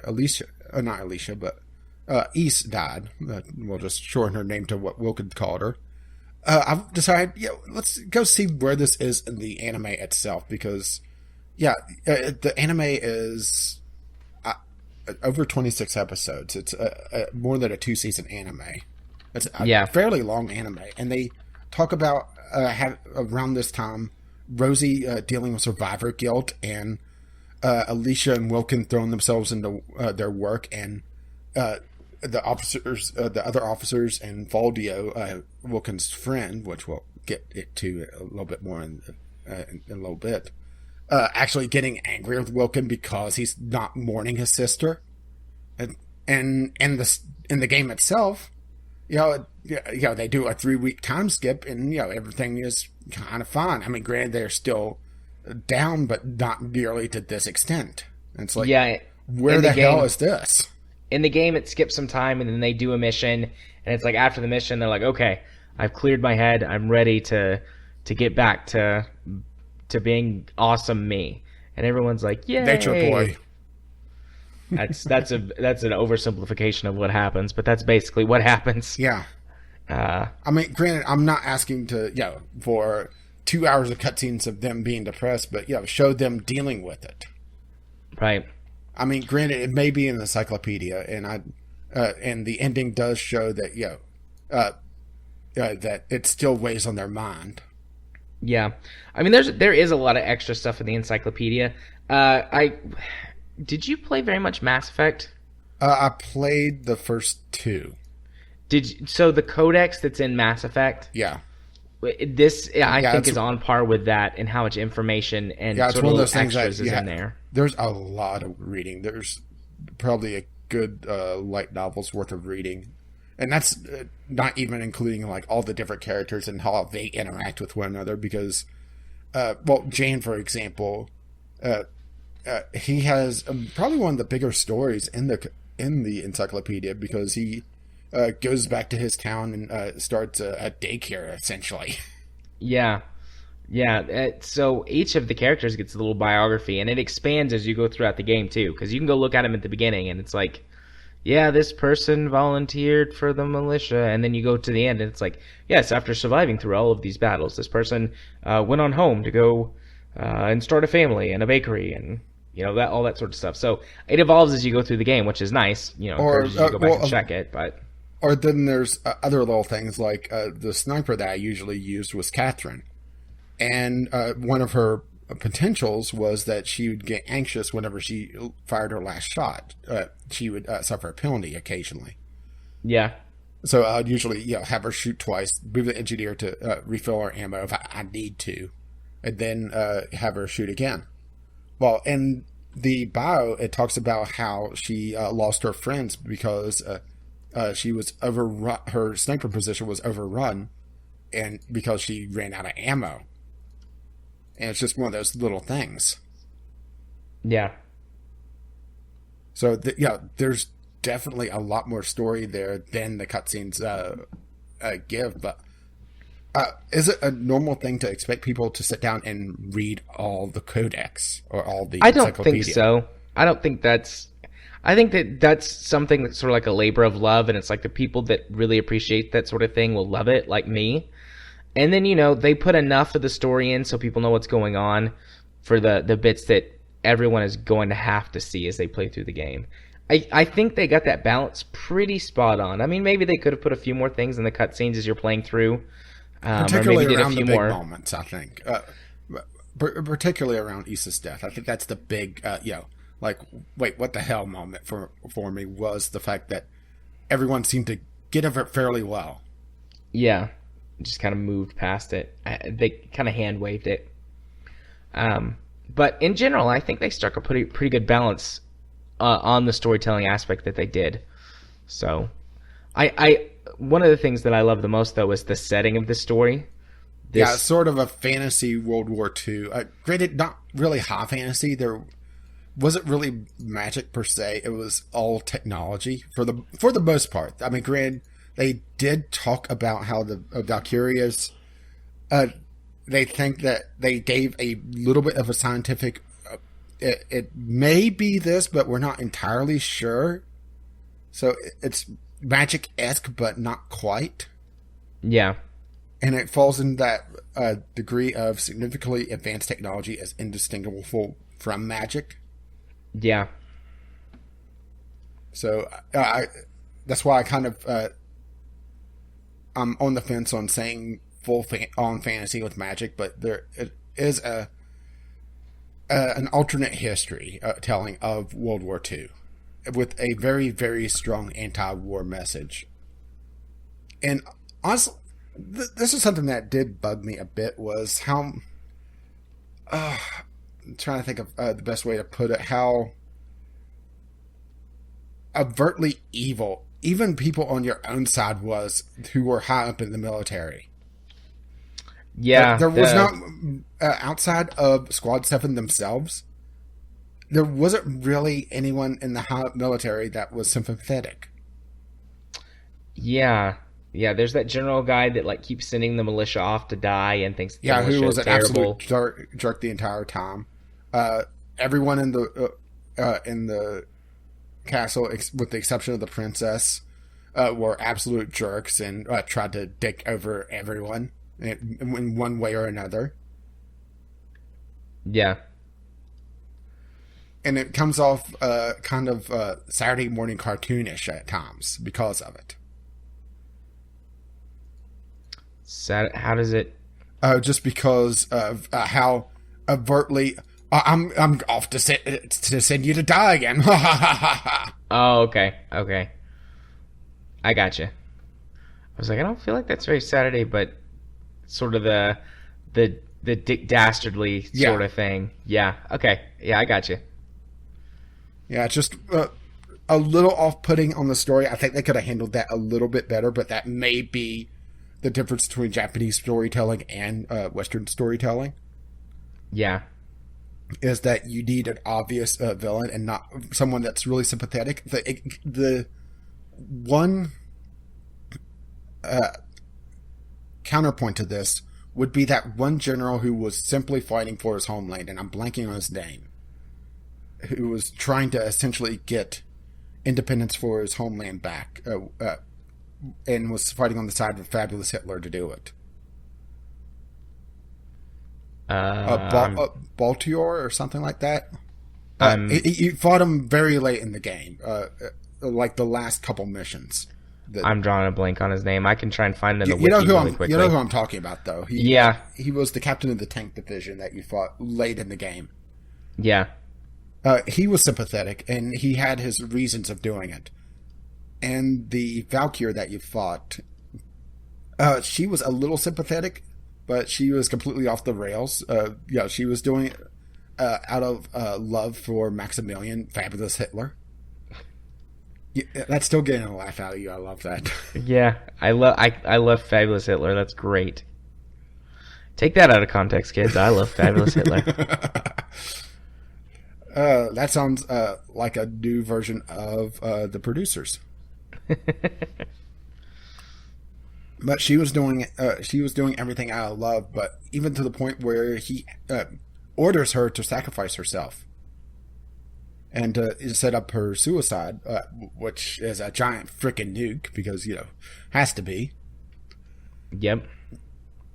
you know, she's a little bit sympathetic, but at the same time, it's so blindly devoted to him that it comes off once again a little too simple for me. If that makes any sense. Yep, that makes sense. I can see that. I'm trying to think if there's anything I really have to add. I think there were honestly no, except for Jan, no real standout characters to me because... Yeah, the secondary roster is... I don't want to call them one-dimensional because they run the gambit from really likable to kind of jerkish. It seems like all the engineers had very strong negative traits, one way or another for me, or at least the ones I hired. Yeah. But they were all just there. They never really had their moment. The exception of that being the people in the R&D department. Whenever you have your replacement tank driver from them, and in the ending cutscene, the guy that you go to for all your R&D saves you. Yeah. I mean, they have more screen time than pretty much all of your secondary characters combined. Yeah. I did like the research guys. They were pretty cool. I love how they think that you're like some kind of celebrity or something. That's pretty fun. Well, that was also one of those things was, everyone hates Wilken at first because they see him. Well, Wilken is the son of a famous general from the First European War. So they see him as just this glory hound that, they was put in a position to be powerful, or to put in position of power because of his name and not what he could do, which it does seem kind of that way at first, doesn't it? Because there's no real reason for him to be given this division and this command, is there? He hasn't. He doesn't have any military experience, from what I can tell, outside of because this is a Japanese story, the forced military training that was given to him in high school. Outside of that, he has no military experience. So you would expect Alicia, the one who was actually in the town guard, to be the commander, at least for a bit. Yeah, but instead they make him the commander right off the bat. I mean, he does prove to everybody pretty quickly that he's pretty awesome, but... Yeah, but it's one of those things... Wait, why did you get command over Alicia when she has experience? And you would expect him maybe to pitch this wild idea to Alicia and maybe be promoted over her, or, to get some sort of understanding with their commander to make him commander instead after the first mission. That would have been nice. I think that would have made more sense. Although, did he do officer training? He went to tank school. I don't remember them saying that he went to officer training. And maybe that's why they did it though, because he went to tank commander school. Yeah, maybe he was. They did mention that. It is. There was one thing that I did find absolutely hilarious in the early story was, the Empire attacks, the Imps, as they are called, attacks the town, and they run back to his little sister's house, or to where he was helping her move out to the capital. And in most stories, whenever this little sister would say, "Well, there's something from our father in the back that would help out," you would expect a gun, not a fucking tank. Yeah. And better yet, why is the tank there and not in a museum or something? And then there's a baby born in the tank. Yeah, which you better believe that baby's going to have some hearing damage. Yeah, definitely. Among other kinds of damages. Yeah, but that is her fifth one, so, Yeah, she just pushed you right out. Yeah, but it's just one of those things that, why's the tank here? I know I'm probably reading into this a little too much, but if I don't, then Kyle's going to write in and ask about it. Also, she tries to build him a biplane. Like, that's what she's working on. Yeah. Like, there's her next project. She being Ys. for Welkin, trying to build him a biplane. Yeah, because Vulcan, when they were little, mentioned that he wanted to fly sometime, watching the birds. Which does end up, he ends up flying at the end of the game. Yeah. I did think that was a sweet moment, though. Yeah, especially that they named the airplane Asara. Yeah. And how it was all the R&D department coming together to finish the project because they wanted to honor her. What would happen if he'd crashed? That's the bad ending, is that you don't spend enough in the R&D department, so they don't have the funds to finish the plane. So the plane comes in, you jump off the Fabulous Hitler's mega cock tank, and the engine dies, and you crash and blow up in the field. That would be sad.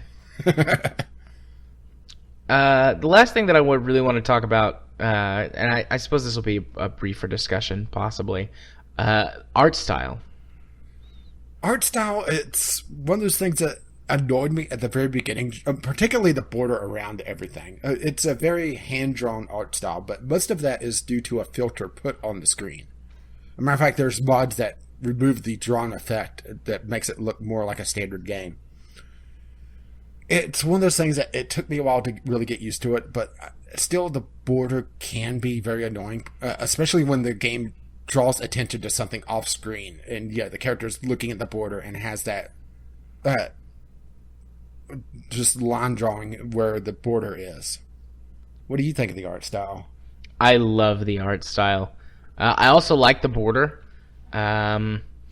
It makes it feel, because the main way that you interface with everything is through this sort of journal. Yeah. And the missions and everything are like pictures in the journal, and you click on the picture and that brings up the mission briefing or a cutscene or whatever. Which does get old after a while whenever you have a good 4 or 5 to go to the next campaign mission.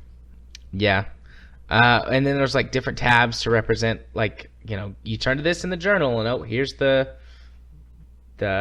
encyclopedia in the game, and here's the base and all that jazz. Yeah, go to the tab to the base to level up your troops. Maybe that's why you didn't level up your troops that much, was that you have to jump through so many hoops to get back to the base to level up troops.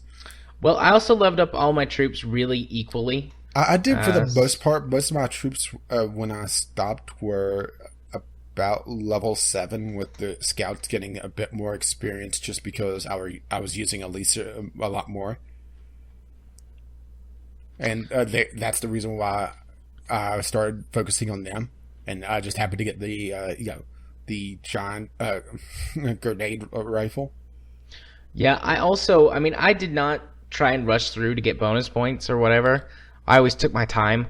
So there were very few missions that I finished in less than, say, 10 to 15 turns. It really depends on the mission for me. Some of them I took my time. Others I was able to rush, particularly whenever the princess was kidnapped.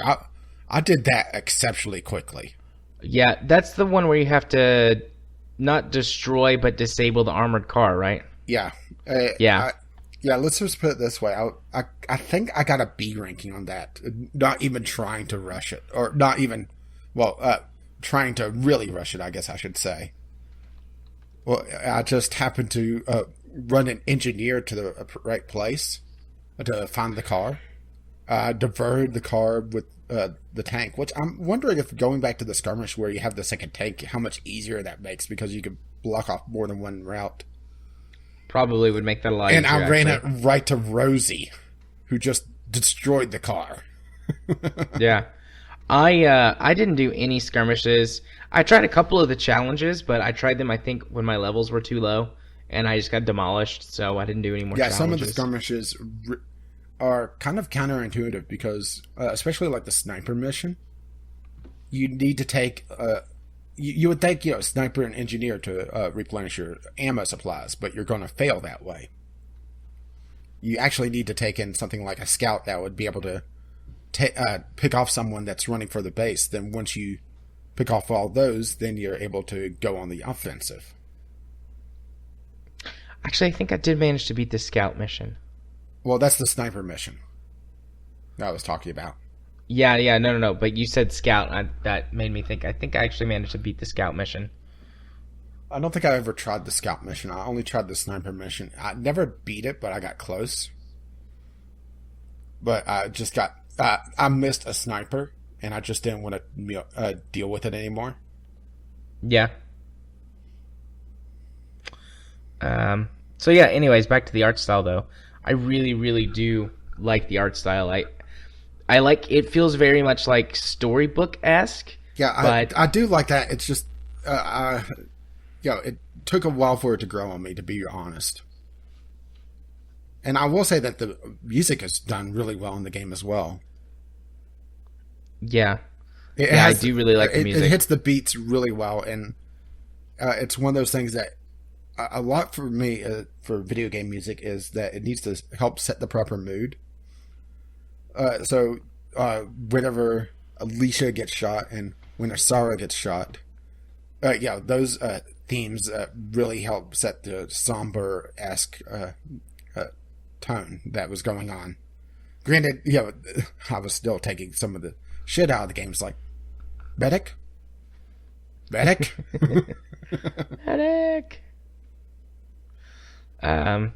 Okay. Cool. So, yeah, we have said more negative things than positive things about this game, but I really, really did love it. I mean, I'm a huge story person, and for me, the story is wonderful, and the gameplay's not bad. It's pretty solid. It's got its quirks, and it can be a bit fiddly, but overall, it's not bad. So even though I think I'm complaining more about the gameplay than saying nice things about it, the gameplay was good and got me from story beat to story beat, and the story was amazing. Yeah, I will say my opinion, the ending, it was a little cheesy, but it still had that moment where it felt like a good ending point for their story. Because this, like I said before, this isn't really the story of Squad 7. This is the story of Welkin and Alicia. Yep, it's their love story. Love. I did like the cheesiness of it, but I mean, of course I would, Of course you would. I would have been so shocked if you didn't like how a little bit cheesy and cliche the ending was, but at the same time, it made sense for the two of them because Welkin at the beginning talked about he didn't want to go into the military like his father. He wanted to be a teacher, and that's what he ended up being. And that had it where he was, just a civilian, making a difference with kids. Yep. And that's exactly what they showed at the ending, especially with his own. Yeah. I did really like the ending. And the fact that they named their daughter after his dead sister, Yeah. I mean, that shows that they never got over it. At least to me. Sort of that was their way of getting some closure on it. Yeah. Letting the legacy continue on, I think. Yeah. One thing I do want to ask you is, what do you think about the reveal of the princess not being a Valkyria but being Darson, and the entire the entire stigma that they had and her conflict with that? That was an interesting thing that I wish that they showed a post story. I really wish they'd spent more time on that in the story. There's some more stuff in the encyclopedia again that talks about that. Yeah. I mean, that story point kind of came out of nowhere for me. I mean, it makes sense looking back at it because she was so conflicted in what Welkin said to her. Yeah. But at the same time, it's... I'm not the person you think I am, so it's not going to help you. Well, too bad. We're going to get married anyway, and we're going to fucking have a lot of kids. Yeah. Because Fabulous Hitler has to have his Eva Braun, I guess. Which I guess that would be the Valkyrie that he had going in. Why did he fuck her? If he was trying to have the bloodline? An excellent question. The world may never know. I realized, the royal bloodline, but at the same time, you have one literally in the palm of your hand. And his Indeed. backstory, once Fabulous Hitler's, the entire reason of him launching this war to begin with, as sort of a retribution, once again was completely glossed over in the last 5 minutes of the game, wasn't it? Yeah, they did. Again, it felt like a lot of hand waving. Like, we've got a story, and if you want to go read in the encyclopedia or watch in the anime, you can do that. Yeah, I have a feeling this is going to sound really, really mean to this game. It feels almost like how an anime would occasionally, have this sudden ending as almost an advertisement to the manga. This almost felt like that for the anime, even though I realized that the anime came out a couple years after the fact.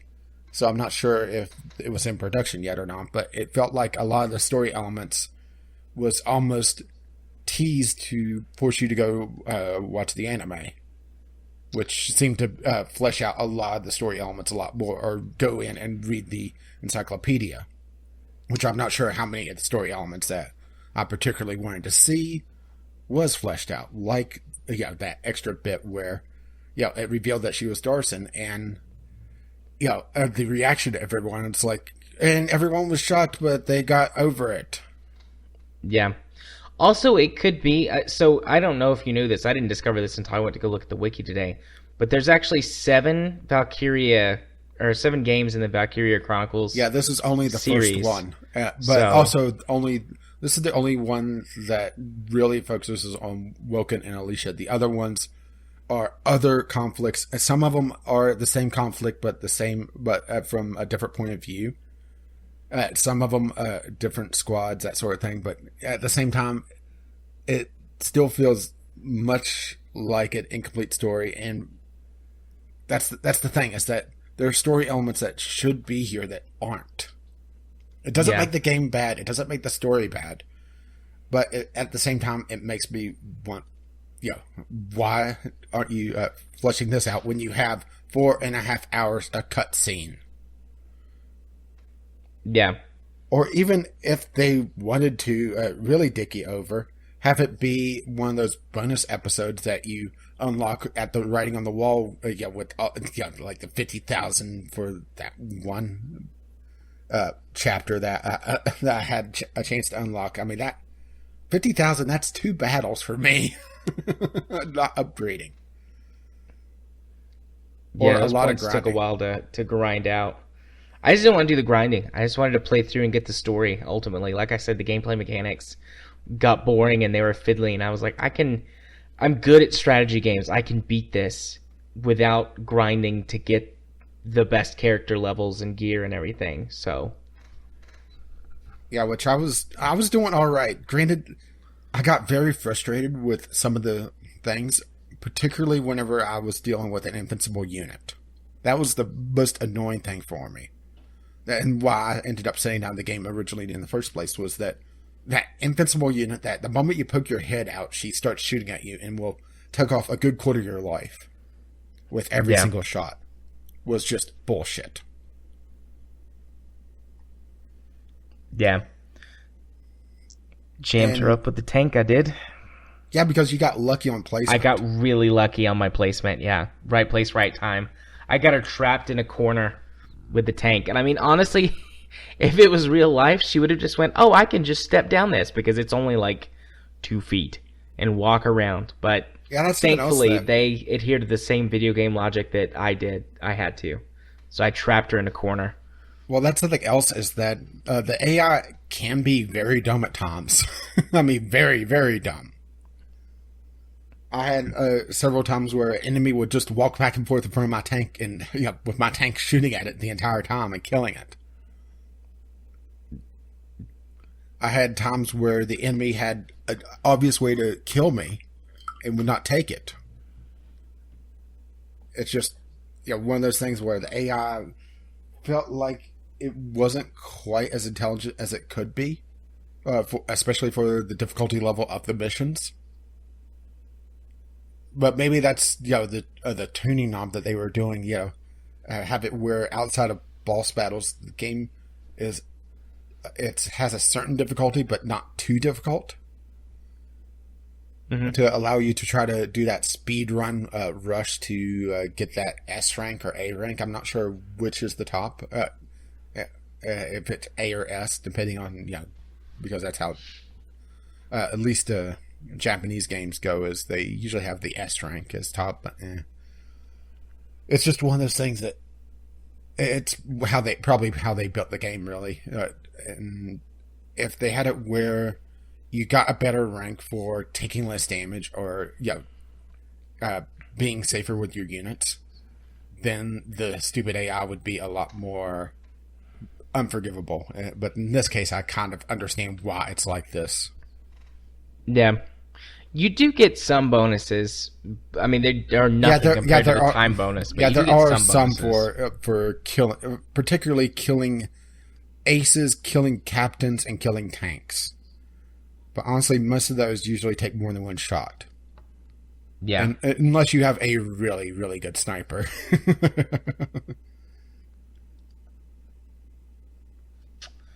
Yeah. So, anything else we want to talk about on Valkyria Chronicles, or have we finished this off? I think we finished it. I mean, overall, I like the game. I'd recommend it to anybody who likes good stories in games, perhaps alternate or sort of fictional or fantasy type World War II stuff. Well, when I originally started playing this game, a friend of mine recommended to watch the anime first and then play the game. And now I really understand why. Because I do think that, or if you're going to play this game, I would say watch the anime alongside it to get some of the more story elements. That may be the way to play it, actually, is watch an episode or two, then play the story, or play a couple chapters, then watch the anime some more and catch back up. Granted, there is filler in the anime. There's obviously episodes that don't need to be there. They're just there to pad out the seasons. But it does look like that would be like the best combination to get the complete story without spending a lot of time reading the encyclopedia. Yeah, I think I agree. I mean, I haven't watched the anime, but I haven't watched it either. To. I sat down and I looked at some of the synopsis, and the moment I saw Rosie dealing with survivor guilt in an episode, it's like, where the fuck is this? Yeah, I think I'm going to. I mean, that's probably the biggest thing, is the fact that they glossed over that. That's the one thing that stuck out to me so much. Yeah, I agree.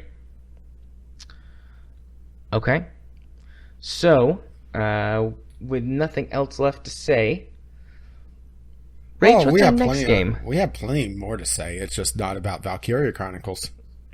Yeah, fair enough. So what's our next game that we're playing, Rach? So, we still live in a dictatorship, mostly thanks to Kyle. That's right. So, we get to choose. And our next game, well, we're going back to school with this one. We're going to be playing Life is Strange. Indeed.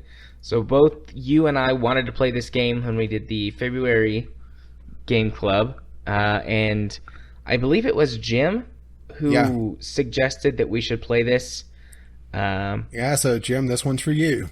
This one's for you, Jim. This was an episodic game, which thankfully is completely out now. That honestly feels like the way to play episodic games, really, is. I agree. Unless you really, really, really are invested in the story ahead of time for some reason, if it's particularly a Telltale game that's in a universe that you really like, it doesn't really pay off to play an episodic game before it's fully out.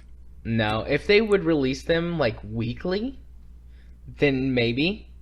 But honestly, I would probably still wait and just buy them and play them, in chunk form wholesale. So yeah, next time we're going to be doing Life is Strange. Looking forward to that. I haven't been intending to play that game for a long time, and every time I go to start playing it, something else comes up. So now I have to play it. Well, you don't have to. I mean, Crimson Skies proved that much. That's very true. Very true. But no, I will play it. Okay, well, I need a break. All right. So how about we do that and then come back and pick up from there. All right, then. Into the elevator.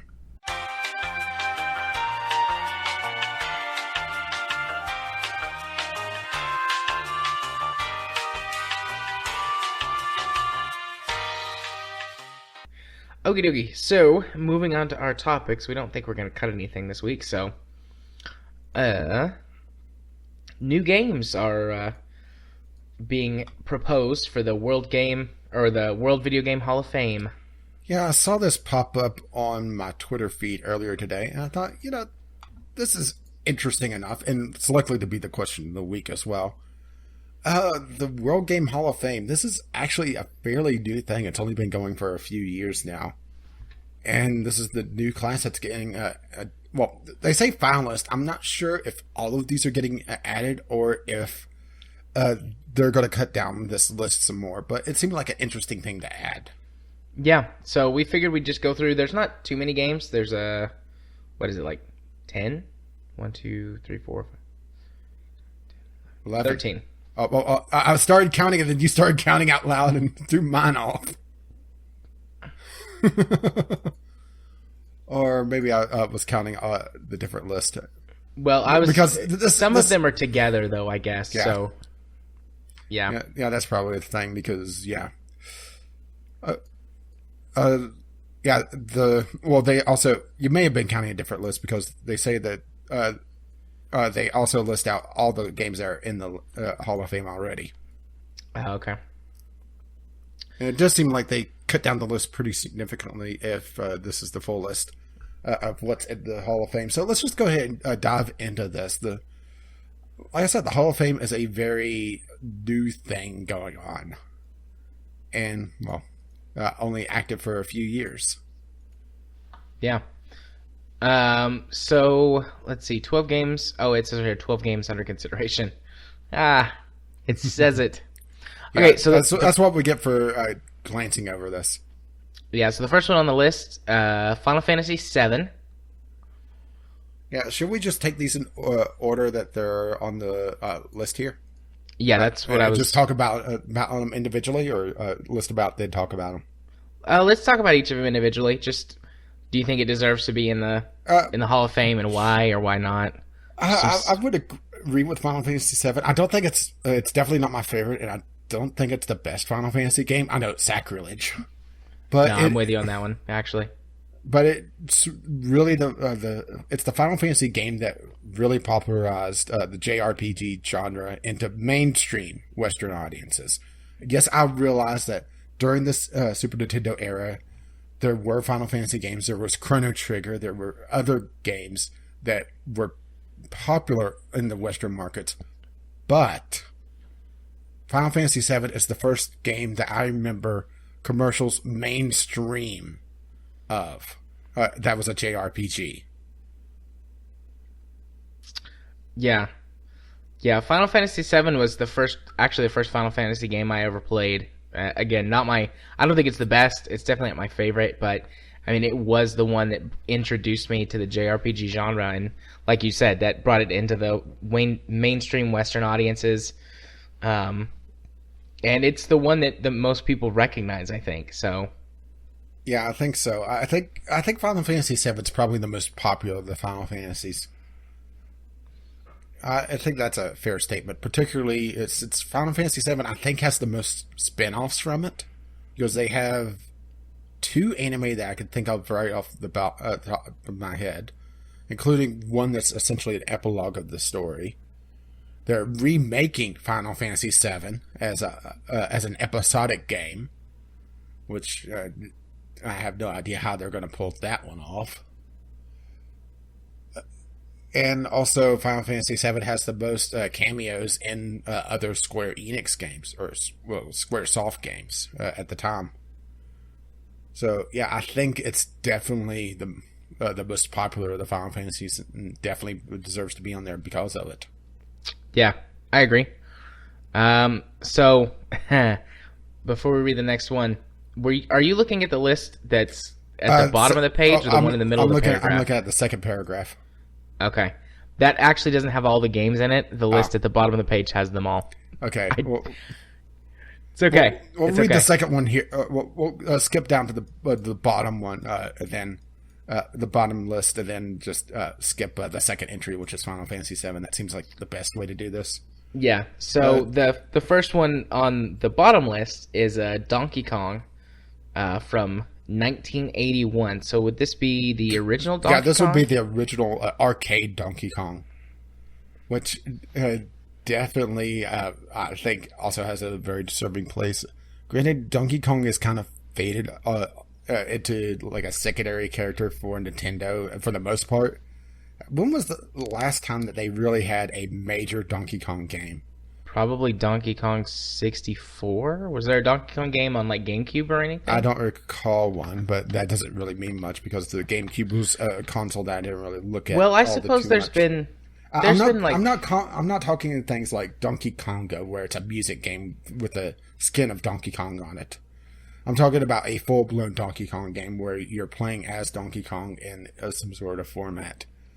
There was the Donkey Kong Blizzard something or other actually that came out for Wii or Wii U. I think that was the last one.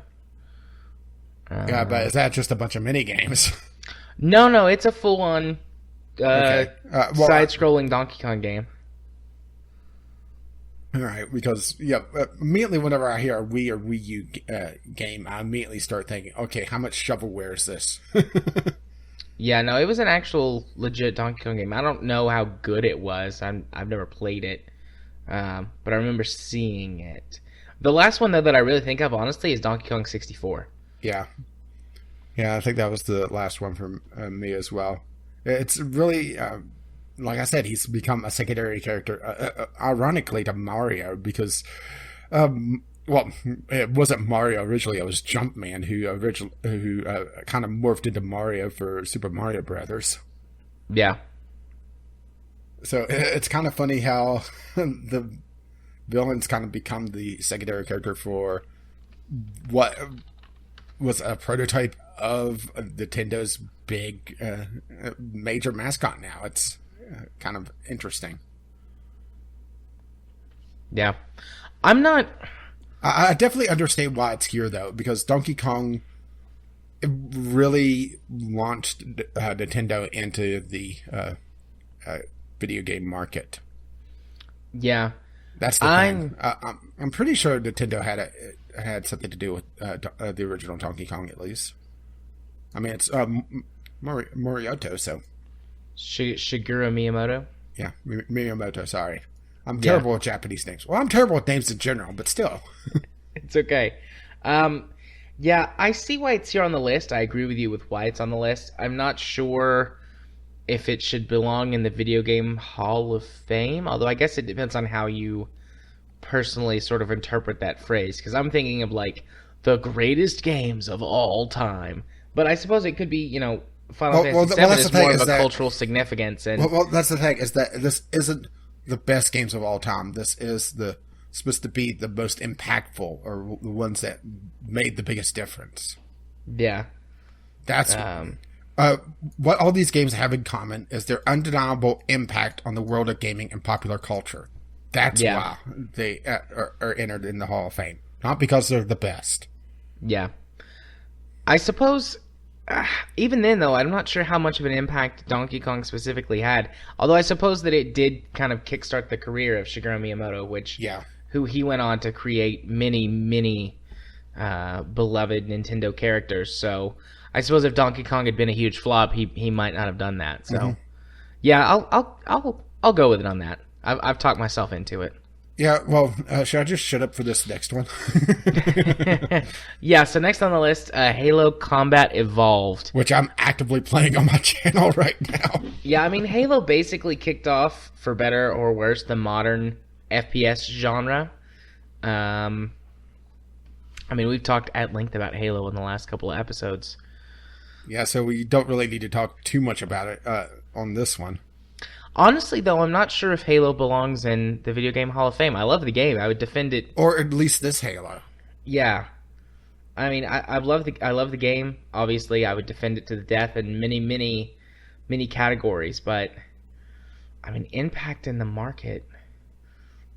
Well, here's the thing. Is that Halo, its biggest impact wasn't its sales or even the developing of the Halo franchise that is today. It's because of all the mechanics that they introduced and all the mechanics that they perfected over the generations of Halo. Yeah, but a lot of people would say that those were not the proper direction to take the genre. I mean, that's the way that it went, but... Yeah, but here's the thing, is that it's not... If it's the proper direction, it's how much of an impact it made. And that's where the catch is. Yeah, I guess. I mean, I definitely understand why it's here. I'm not 100% sure if I agree with it. I would put other shooters in first, and they have other shooters in the Hall of Fame. We should probably talk about what's in the Hall of Fame as well after this. But yeah, shall we move along to probably the weirdest choice here? But it's one of those that sitting down thinking about it's like, I understand why it's here. Yeah. Microsoft Windows Solitaire. Yep. Launched in 1991. Yeah, which the reason why Solitaire is in, or at least was in Windows, I think you have to actually download it now as an app. Which, yeah, you do. I fucking hate Windows 10's App Store. The reason why it was in Windows to begin with was to teach people how to use the mouse. And it is a great way to teach mouse control and how to quickly move things around. So for that, I definitely understand why. Granted, I would probably not put it in the first few classes, but It is an odd entry on the list, but yeah, I totally can see why it's here. But also one of those, it's one of those games that's seen. Has there been anyone that hasn't played Windows Solitaire that's used a Windows machine at some point? That is a good question. I know I've played it plenty of times. And that's where the thing is how impactful that little silly game is. Yep. So next on the list, Mortal Kombat, the original Mortal Kombat. Yeah, the 1992 version. And I would say, yeah, but not for Mortal Kombat itself, but for the fact that the impact it had in creating the video game rating board in the United States, the ESRB. The ESRB. Because Mortal Kombat is one of the key games that caused that. Yeah. And cause people to really start paying attention to what video games can be. Yep, and kicked off the decades-long misnomer that video games cause violence. Yep. Thanks, Mortal Kombat. I mean, I really can't blame Mortal Kombat. It's more parents freaking out for no reason and not taking the time to understand it because they see video games as a toy and not a tool. Right. Right. I don't really have anything to add or take away from Mortal Kombat. I totally agree with you 100%, and I feel like it should be on the list for that reason. Yeah. So, next, I'm not super familiar. So next on the list is Myst. I'm not super familiar with Myst. I mean, I've obviously heard of Myst, but I've never played the original Myst. Let's put it this way. Kyle actually sent me the remake of Myst. He wanted me to put it on my channel, but it just wouldn't record all that well. Which is why Halo eventually got bumped up, because that was going to be my next project after it. But yeah. Myst is a game that it's also one of those games that's kind of a relic of the past. It was really showing off what CD capacities could do, what they were able to do with all the extra space, because before that, games were on multiple discs, and that's a huge jump in storage space from a couple of floppy disks to a CD-ROM. And right. I think that's, it's one of the first games, or I shouldn't say one of the first because I'm not sure of the release times on that, but it's one of the games that really made the impact with the medium. Does it belong there? I don't know. I'm sure Kyle will let us know.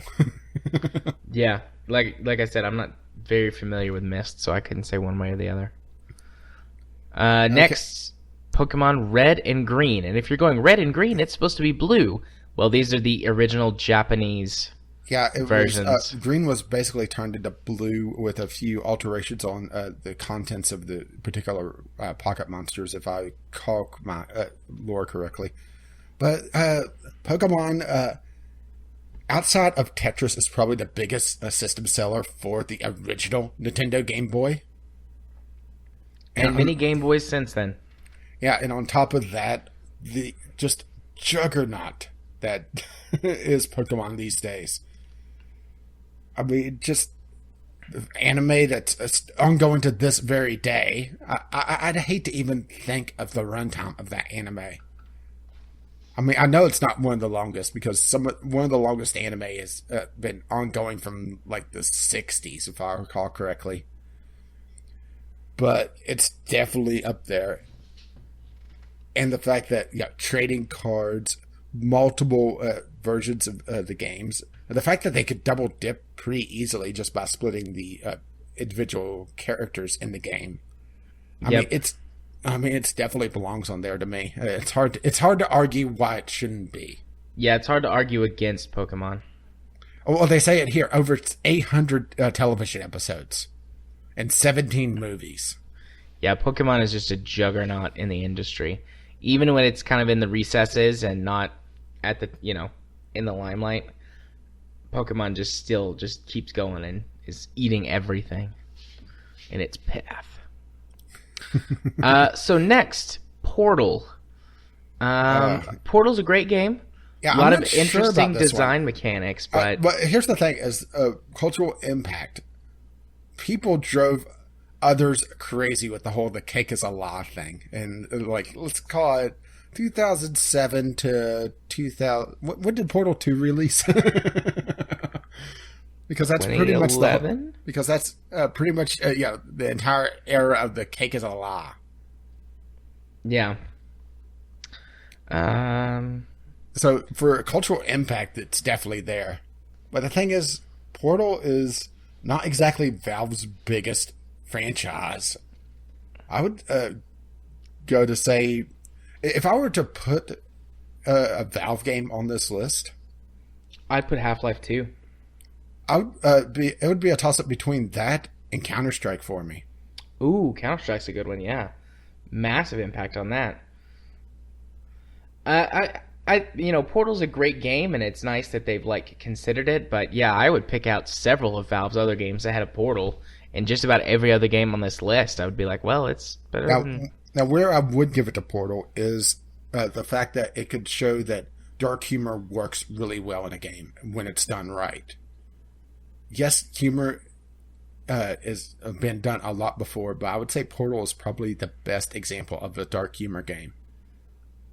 And one of those hints that, something deeper is going on until the big reveal. Yeah. But even then, I would put other games ahead of it. As much as I love Portal, it's a weird one for me. Yeah. So next on the list, Resident Evil, the original Resident Evil from 1996. This one I haven't played, so I really can't talk too much about it.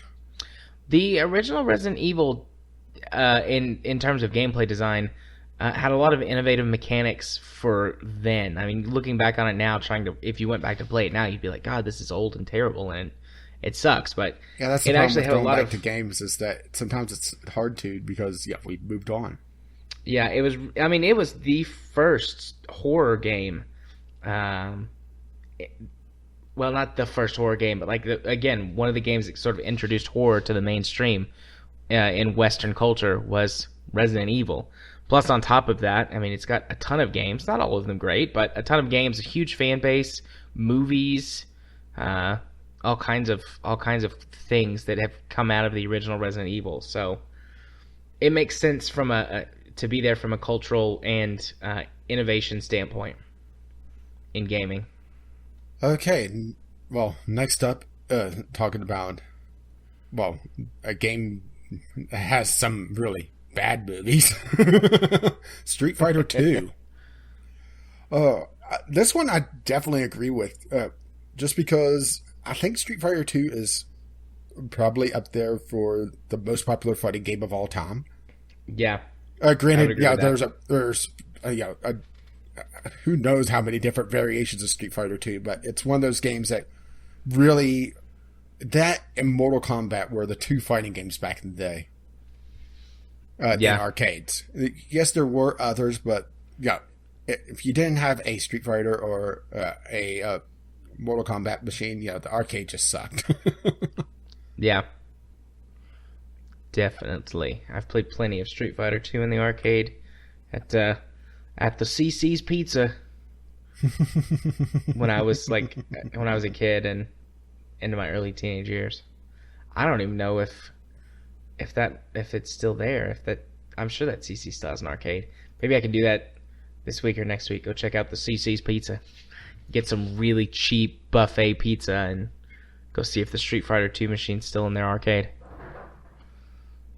Yeah, that would be an interesting little field trip for you. Yeah.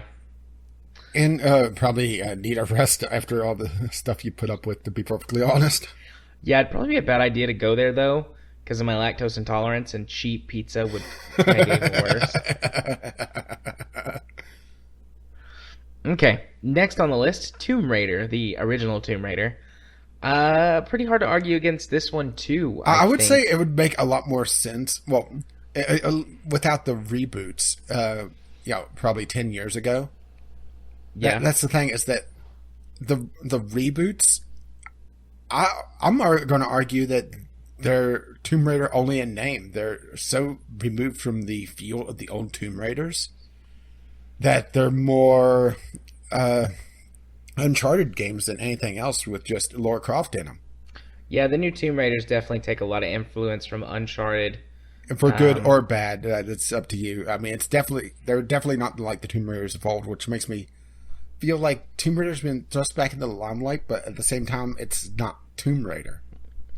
Still, though, I think that the old Tomb Raiders deserve the recognition. I mean, there weren't a lot of games that featured strong female protagonists. True.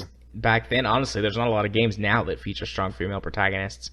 Plus, it was a pioneer in polygon technology and third-person action games. Especially certain pointy polygons. Yeah.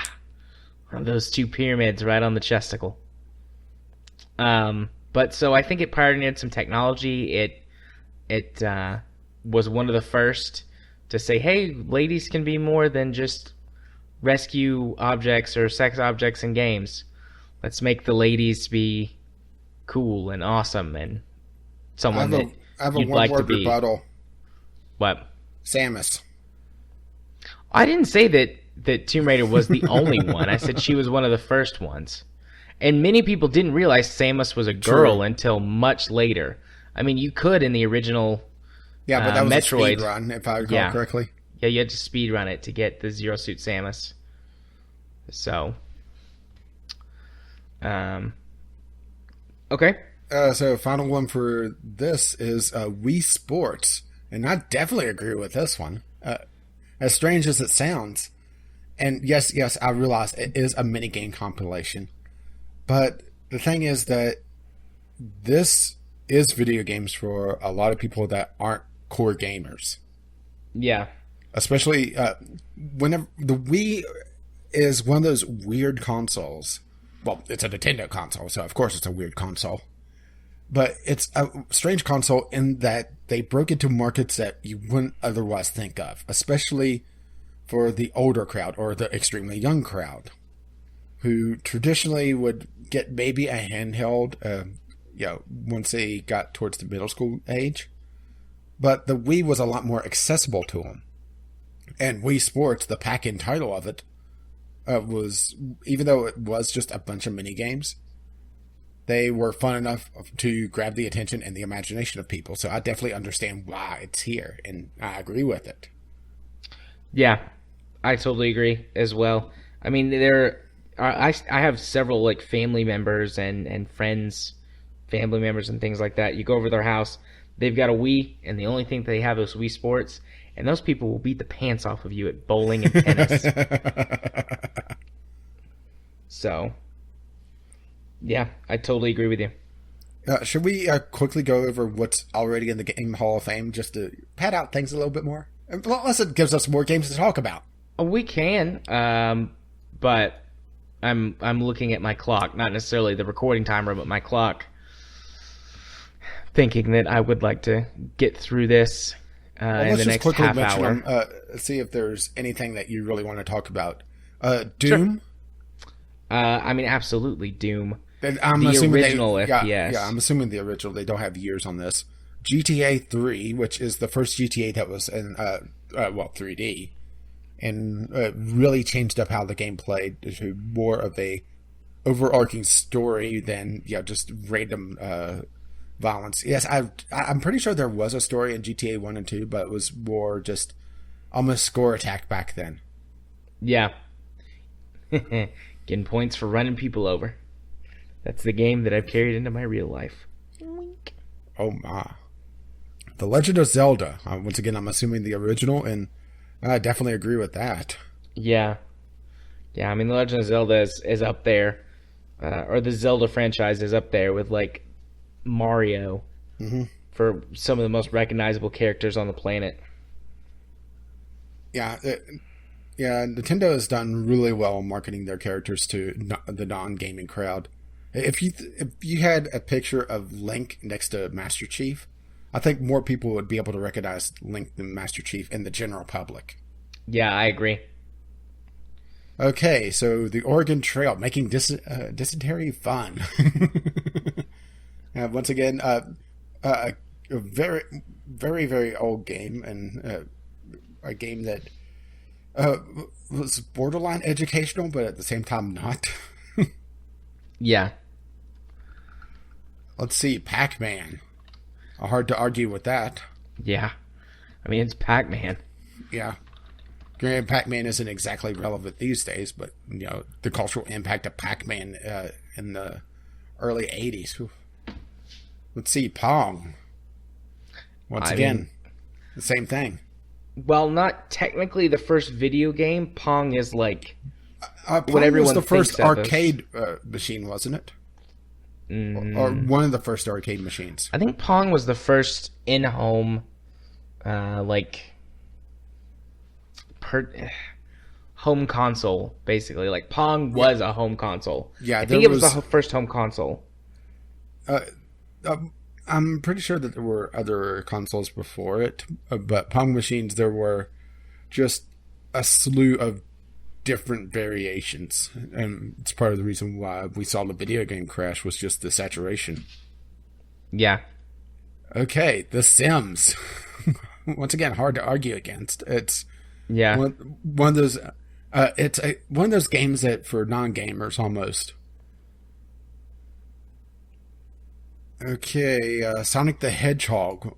Once again, hard to argue. He was, for a while, up there with Mario for popularity. Granted, he's kind of, fallen by the wayside, and then Sega kind of just shat itself. Yeah. Poor Sega. Let's see. Space Invaders. Once again, a very early arcade title. Yep, but also a game that's difficult to argue against, I think. Yeah. Tetris. If it wasn't, if Pokemon wasn't the system seller for the Game Boy, it was Tetris. Yeah. World of Warcraft, which was pretty much the MMO for many years and still ongoing. Granted, it is seeing a huge decline, but it's definitely hard to argue against WoW. And then Super Mario Brothers, which they do mention that he got Mario got his start in Donkey Kong. Yep. And Mario, the most recognizable video game character on the face of the earth. Yeah, probably in Alien Worlds too. Yeah, it's hard to argue against really putting. I would say just about any Mario game in. If it wasn't for Super Mario Brothers, I would say the other Mario game I would put in would be Mario 64. Oh yeah, that's a big one. So, do you have any games that you would put in the Video Game Hall of Fame? I think for me it would be Mario 64 since it's not listed. Just a knee-jerk first thing I think of. I'm thinking. I got one other one. It's a very niche title. Rogue.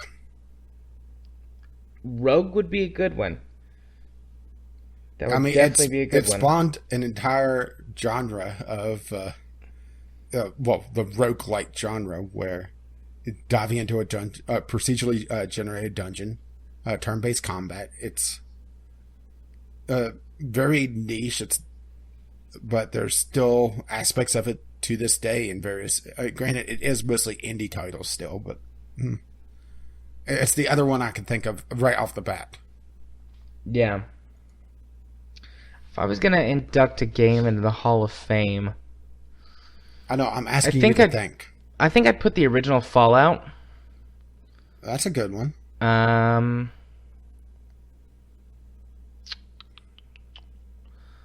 It's the first one that comes to mind. And here comes the thinking part of the podcast. While you pour some water. I'm actually sitting here braiding my hair. Making yourself look all pretty. Oh, yeah. Yeah, that's... several of the games that I would have said are on the list. I will throw out one more. Ultima Online. Why Ultima?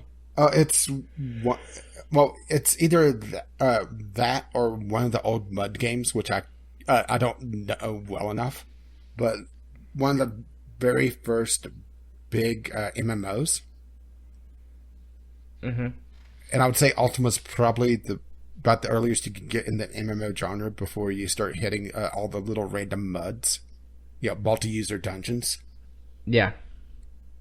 And it's either Ultima Online or EverQuest for proto MMO.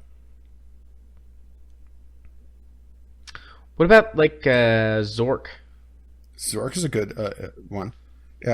Or really any of the text-based RPGs. Yeah. Oh, Adventures of Monkey Island. Ah, there you go. Old LucasArts title. Yeah. Or maybe The Adventures of Sam and Max. Some of those old, kind of quintessential point and clicks. King's Quest. Ooh, King's Quest. Yeah, that's a good one. Unfortunately, another Age series. of Empires 2. I realized King's Quest is it still ongoing, that episodic game? I never checked on it. I don't know if it died or not. Yeah, good question. But I know King's Quest, up until the episodic game came out, was kind of faded to obscurity. And King's Quest is also one of those games that it's a very 90s style of point and click where the game can and will dick you over if you don't know exactly what to do. Yeah. I'm looking at it's gotten through 5 chapters. I don't know how many chapters they said they were gonna do, but it's got 5 chapters. The more recent King's Quest. All right. And then I said the last one that I said was Age of Empires 2. Ah. That's a really good example. Or even, I would go Warcraft. Yeah. If I was going to go for RTS. Yeah. League of Legends, maybe? Or Dota? I mean, MOBAs are massive, and those are the 2 at the top. Yeah, I would go probably. Well, it really depends on where you throw it. If you're throwing for cultural impact, I would give it to League of Legends. For developing the genre, though, I would go with the original mod of Dota. Yeah, and it does look like King's Quest is complete because it says all 5 chapters plus epilogue. Okay. Unless the epilogue just hasn't come out yet, which is very possible. So, does that wrap us up? Yeah. Unless you want to sit here and think about more games. No, my thinker box is not thinking too quickly. You think with your thinking until your thinker's thunk out? Yeah, I'm foggy. Do we want to talk Hearthstone real quick? We can super quick. All right. Well, I was poking around and found this article. Hearthstone is killing itself, which is a very interesting point of view, and one that I really can't completely disagree with, to be perfectly honest.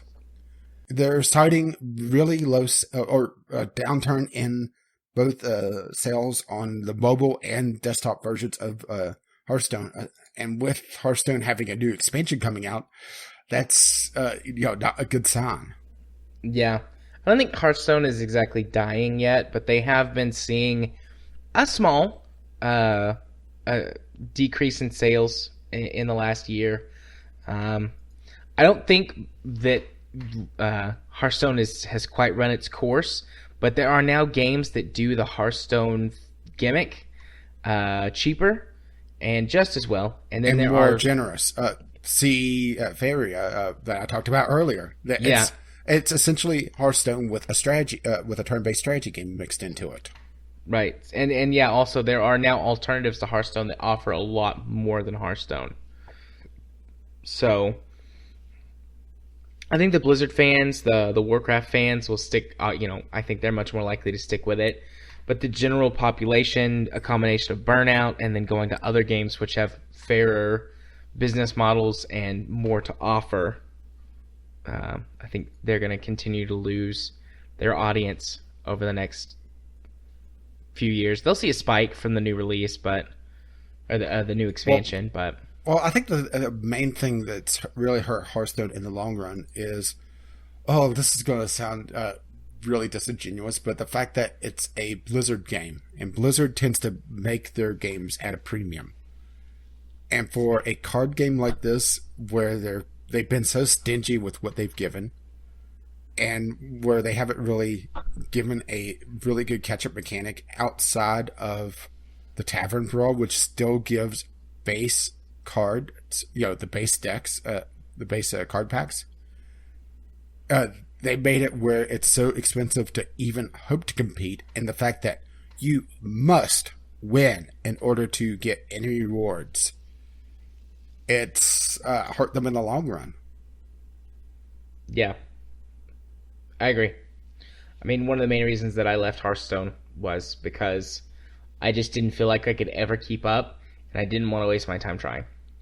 Yeah, that's pretty much what happened with me. Was I realized that there was no way I was going to be able to compete with people that spent an absolute ton of money in this game, and because of how they have everything set up.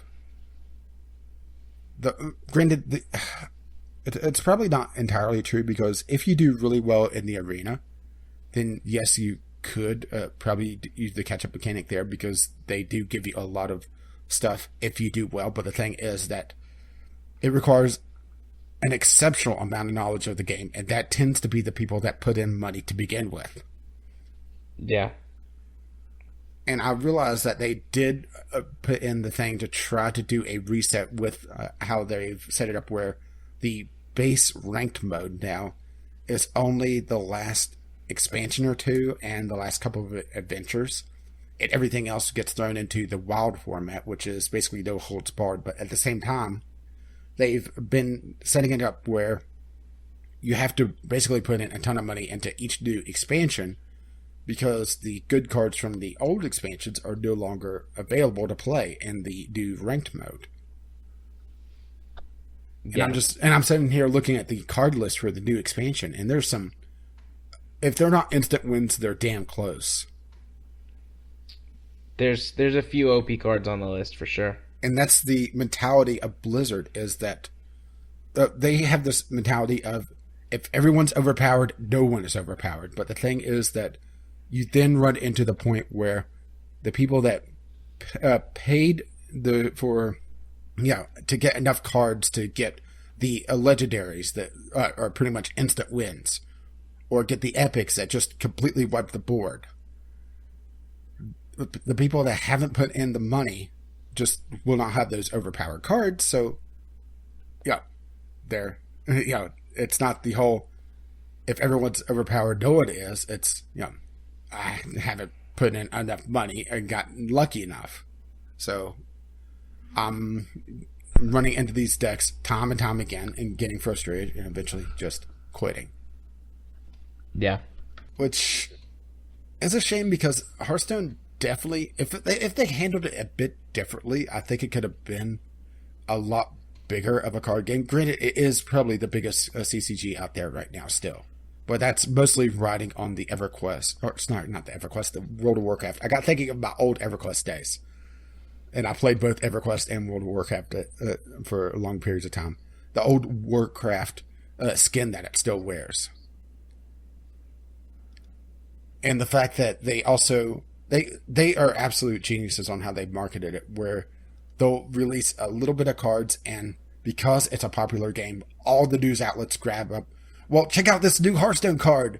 You see it in the news cycle for the first few weeks before and a couple after a new expansion comes out. So it gets all that essentially free marketing. Right. I just wish I wish they were a little bit more generous on how they handled things, so that it didn't feel like, okay, I just got screwed over because I didn't put $50 into this game. Yeah. And you get even less for your $50 now than you used to. Yeah, true. Right, because they upped the price of cards in non-U.S. territories. Yep. It's just one of those things that I wish they handled it better. Me too. Probably be playing Hearthstone still if they did. That, and also they really rely almost too much on the randomness of how they can make a digital card game, to the point that it gets very frustrating to. Well, you already have randomness because of the nature of a card game. I mean, you're drawing cards, but because they have cards that have so many random effects in them, it comes down to more luck of the draw than a normal card game would have, which is also very frustrating. Yeah, definitely. And I'm pretty much convinced that Hearthstone is impossible to play as a physical card game. Oh, yeah. It would... Maybe not... Well, no, it would be, because there are cards that can summon cards from the deck that you don't even own. So... Mm-hmm. Plus all of the calculation you would have to do to make some of the effects work. Yeah, you couldn't play Hearthstone any other way. Okay. Are we ready to move to Community Corner? Yeah, I think so. A very quick Hearthstone discussion. And I'm sure we have a couple Hearthstone players out there. Yeah, I'm sure we do. I might be willing to get back into Hearthstone if some of you guys want to play with me, but please message me. I like Hearthstone as a mobile game, playing it on the weekend to check out the Tavern Brawl. But that's only when it's not a paid Tavern Brawl, so it's Arena Plus essentially. And I'm giving a deck because I don't have the cards to catch up, and because of how the Tavern Brawl handles it, I'm not given the cards to catch up. Right. And it was just a pure fluke the last couple of wins I got going into the ranked mode, where you slowly grind out your money. Right. You should get rewards for ranked mode still, but they're not super great rewards. What they should do is have a login bonus for one. Like Feria does, where you log in and you get a little bit of money, not a huge amount. The daily quests need to be a little bit more generous. They have to have it where, no, they don't have to, but it would be nice to have some sort of, as you level up, you get money or something for that character. Granted, you do get the base cards for that hero, but that's it.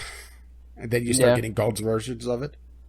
They need some sort of maybe second set where you start getting more powerful cards, but even then you start running into the problem of he played more. It's not his strategy is more superior. Maybe that's why I like Feria more. I don't know. Perhaps. My brain is getting even fuzzier though. So why don't we move on to Community Corner? We have a short one this week.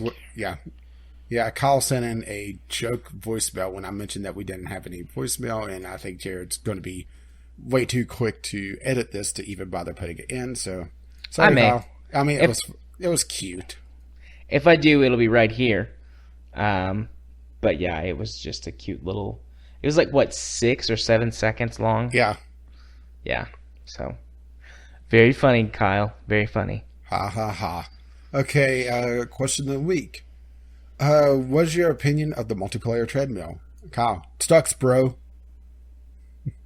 And Ghost Shark, I don't like treadmills. They hurt my knees too much. Tweets, Kyle. Right, but the college industry theory can't scale to the entire wasteland. That was my entire point of that. Which I'm going to rebut once again that once again it comes down to just the scale of the colonies. Because I'm looking at not the entire wasteland, but groups. Right. And so for their local area. Traders. Yeah. I think that's what we said, though, for their local area. Yeah. Yeah, which, once again, I think it really comes down to how you want to figure this out, because this is referring to the voicemail that Kyle sent in last week talking about how ammo in the Fallout universe really doesn't make any sense. And outside of saying, a vault did it, which is their version of a wizard did it, probably the most reasonable explanation is that there's some sort of small industry that each colony has where they're able to produce ammo, or it gets brought in from long distance by traders by the bigger factions, and it's just distributed. Yeah. Let's see, Ghost Shark. KSP building mod, I want to see the old barn VAB. Man, I need to get back into that game. Which they never really released the barn. They threatened to a couple times, and people got pissed at them. It was supposed to be like a level 0 version at one point, wasn't it? Of like Yeah, is there really any cosmetic difference in the different VAPs? I don't think there is. Yeah, I don't think so. I think it's just the stats that change on the VAB. It's the only building, I think, in Kerbal Space Program that doesn't have a visual change. Does the spaceplane hangar change? Oh, well, it's kind of combining down the spaceplane hangar. The spaceplane hangar doesn't change as well, as far as I could remember. Sorry, in my head, I always combine the two. I don't know why. Well, I know why. You build things in them, but yeah. Kyle, I won't spam the Twitter thread with Civ 6 stuff for once. I can answer questions if you have about the technical stuff via text for Civ 6. So. Yeah, it's one of those things that I think I'm just going to wait till a couple of expansions are out for that game. I gave it its fair shake, but the demo sucks. Yeah. The demo doesn't show me what I wanted to see. And that's all the tweets this week. Awesome. If you wish to contact us, you can email us at vglpodcast@gmail.com or tweet us, VGLpodcast on Twitter. Awesome. So that brings us to Discovery Queue. Yep. Adjusting my chair. Hey, guess what? We get to talk about more games. If they're interesting or terrible. First one I got was PlayerUnknown's Battlegrounds, which is essentially, I believe this is the guy that made the mod for, was one of the major people into the Battle Royale version of the survival, random survival games that's been going around. And there's been a little bit of hype behind this. Well, let's put it this way. Players right now, 35,000. All right, that's a few. Is it free to play or? No, it's paid. It's $30.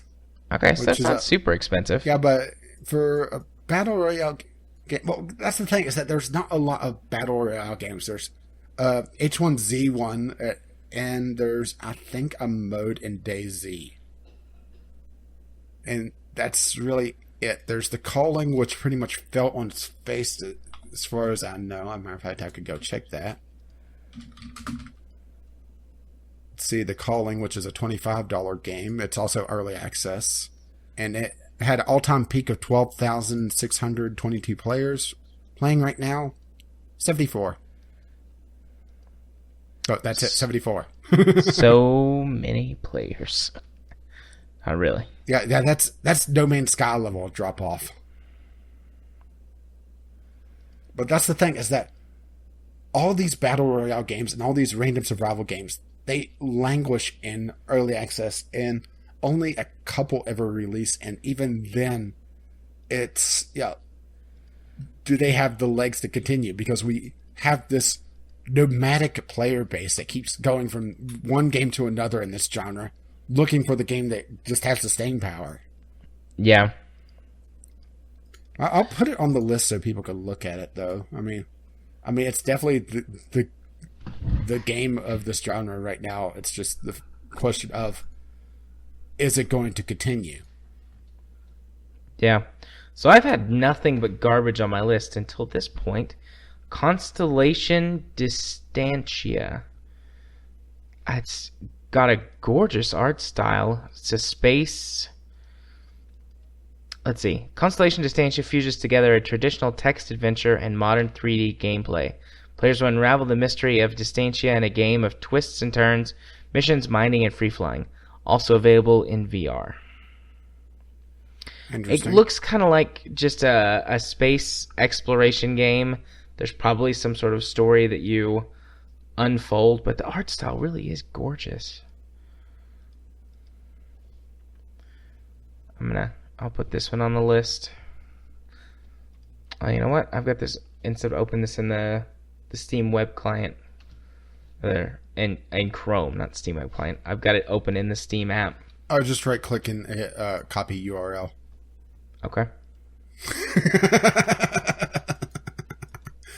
I love how I just solved that problem for you. You did solve that problem. Okay. Each is their side of mine. I can do that. And I came up with pretty much random trash after that. Okay, I've still got a couple of games, or a few games on my discovery queue, so let me get this in here. Let's put it this way. The games that were decent have no player base, and they're multiplayer only. Right. Okay. So, yeah, I'm done. I'm done. I'll put this on my wish list. No. Nightstar Rogue Wings. Oh.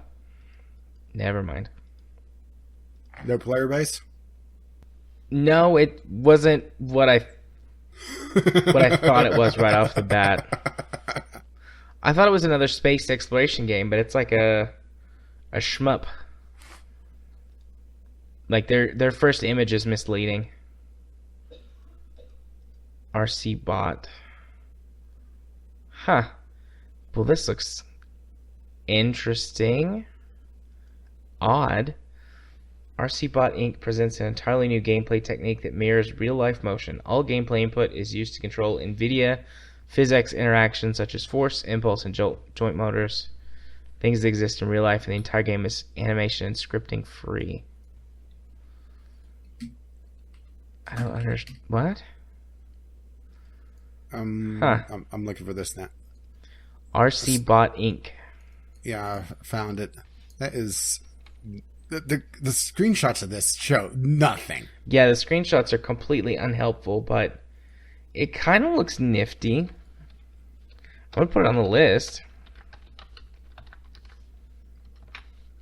Strange. Who knows? Maybe someone in our audience will be into it.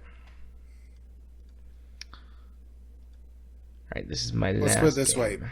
way. Total playing right now, 0. All-time today's peak, 0. All-time peak, 4. And I'm pretty sure that's the development team. Alright, I finished my list. Well, that was a short one. That's good. I'm good for short tonight. All right. Well, that brings us to our plugging and wrapping up portion of the podcast where I go first. Pretty easy for me this week. Nothing. The only thing that's going to show up on my YouTube channel this week is going to be the podcast. And if you want to go watch the podcast on my YouTube channel, or if you happen to be on my YouTube channel or on someone else's YouTube channel and you want to come to my YouTube channel, you can do so by searching for Gaming Psychologist. On Twitter, you can follow me and watch me tweet about all kinds of random things. I've tweeted about house stuff and about being tired and about politics and about food today. Mostly about politics and food. That was today. So if you want a random assortment of things, or if you just want another way to contact me, you can follow me at JMA4707. Streams are canceled for this week. So, I mean, I guess it doesn't matter for Wednesday. I've already tweeted about Wednesday, though, and I'll tweet again. I'm waiting to hear back from Ghost Shark to see if he wants to tackle doing character creation by himself. And as soon as he tells me, I'm going to tweet out about Friday but I'm definitely not streaming. I wonder if And Katie will let me borrow a decoy for a sidekick. she probably would. Probably would. So, yeah, no streams this week, but there may still be Star Wars RPG Character Creator Night. I will announce things as soon as I hear from Ghost Shark, which hopefully when this podcast goes up, if you happen to listen to it before Friday night, go check my Twitter feed and see if I posted anything about Star Wars RPG Night if you're interested. And you can follow me on Twitch, though, when I do stream games. Twitch.tv/jarthur4707. And if you want to be friends with me on Steam, I chat with everybody who friends me on Steam, and I accept everybody. So far, everybody's been cool. My Steam username is jarthur4707. And if you wish to let them know exactly what episode of the podcast you're coming from, the word for this week is behoove. Behoove is a good word. Behoove. I was watching this the cutscenes for Valkyria Chronicles, and that word just jumped out at me. It's like, well, I know what the word is. It behooves you to have a full vocabulary. All right, what's going on for you? Well, my week is a bit off because I was rushing Valkyria Chronicles so much that I'm behind on my recording big time, and also because RimWorld decided to be a complete clusterfuck on my recording. Because I lost an entire night's of recording, and that's usually a week and a half of RimWorld. And that's doubly worse for me because I do double episodes of RimWorld. So that was 6 episodes of RimWorld. And what was happening was I was having an audio just stutter. And it was happening every 5 seconds, give or take a second or two. It was usable, but it was nails on a chalkboard.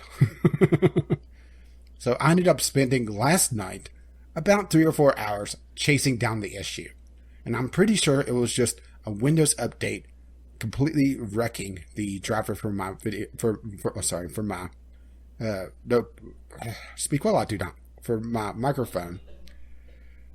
And the interaction between that and the video card and my software recorder, because it was only happening in OBS.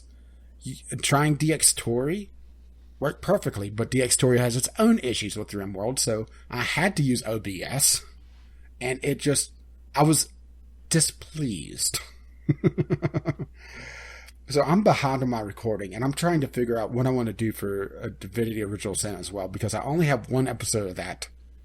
And I'm thinking about, depending on how my voice is after this, I may try to record a quick episode of Valkyria to do some random filler, or just skip a Divinity completely this week, catch up on my rendering, and have still a extra episode in the bag. Because I still have 1 episode remaining before I'm out of episodes of it. Right. That would be fun. A Valkyria episode.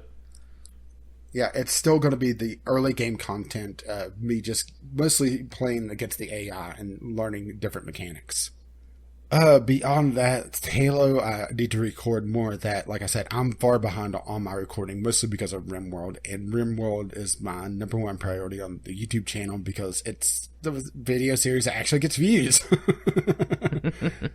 For some reason, Halo came out very dark, and there's a micro stutter in it. I'm going to try to see if OBS plays nicely with it, and if so, if the micro stutter is gone. If not, then I'll just use DxTory and be done with it because this is DxTory hooking into a 16-year-old game. So I'm thinking it's the recording software just not playing nice with a very, very, very old game. Sunday Sampler, I don't know what I'm going to be playing this week. I can't get Jared to just giggle like a little schoolgirl because I'm playing essentially a porn game.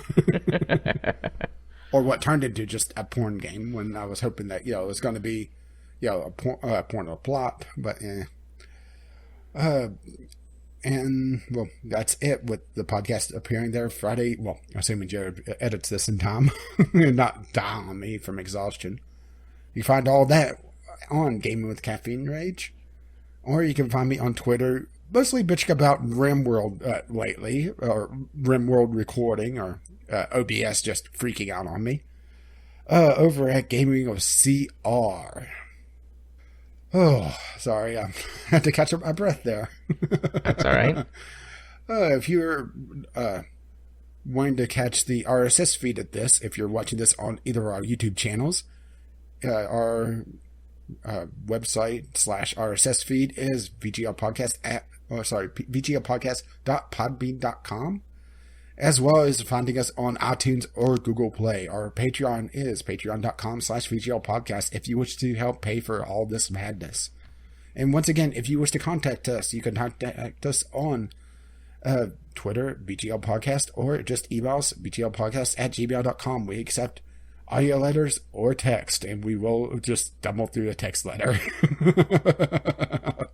Our intro and outro music is On the Ground by Kevin McLeod, and you can find his work at Incomputech.com. And as his lovely music starts to roll across my snores. Bye-bye now. What, I'll put you to sleep with my outro? No, it's not you. It's me and all of my problems. No, it definitely is you. It definitely is.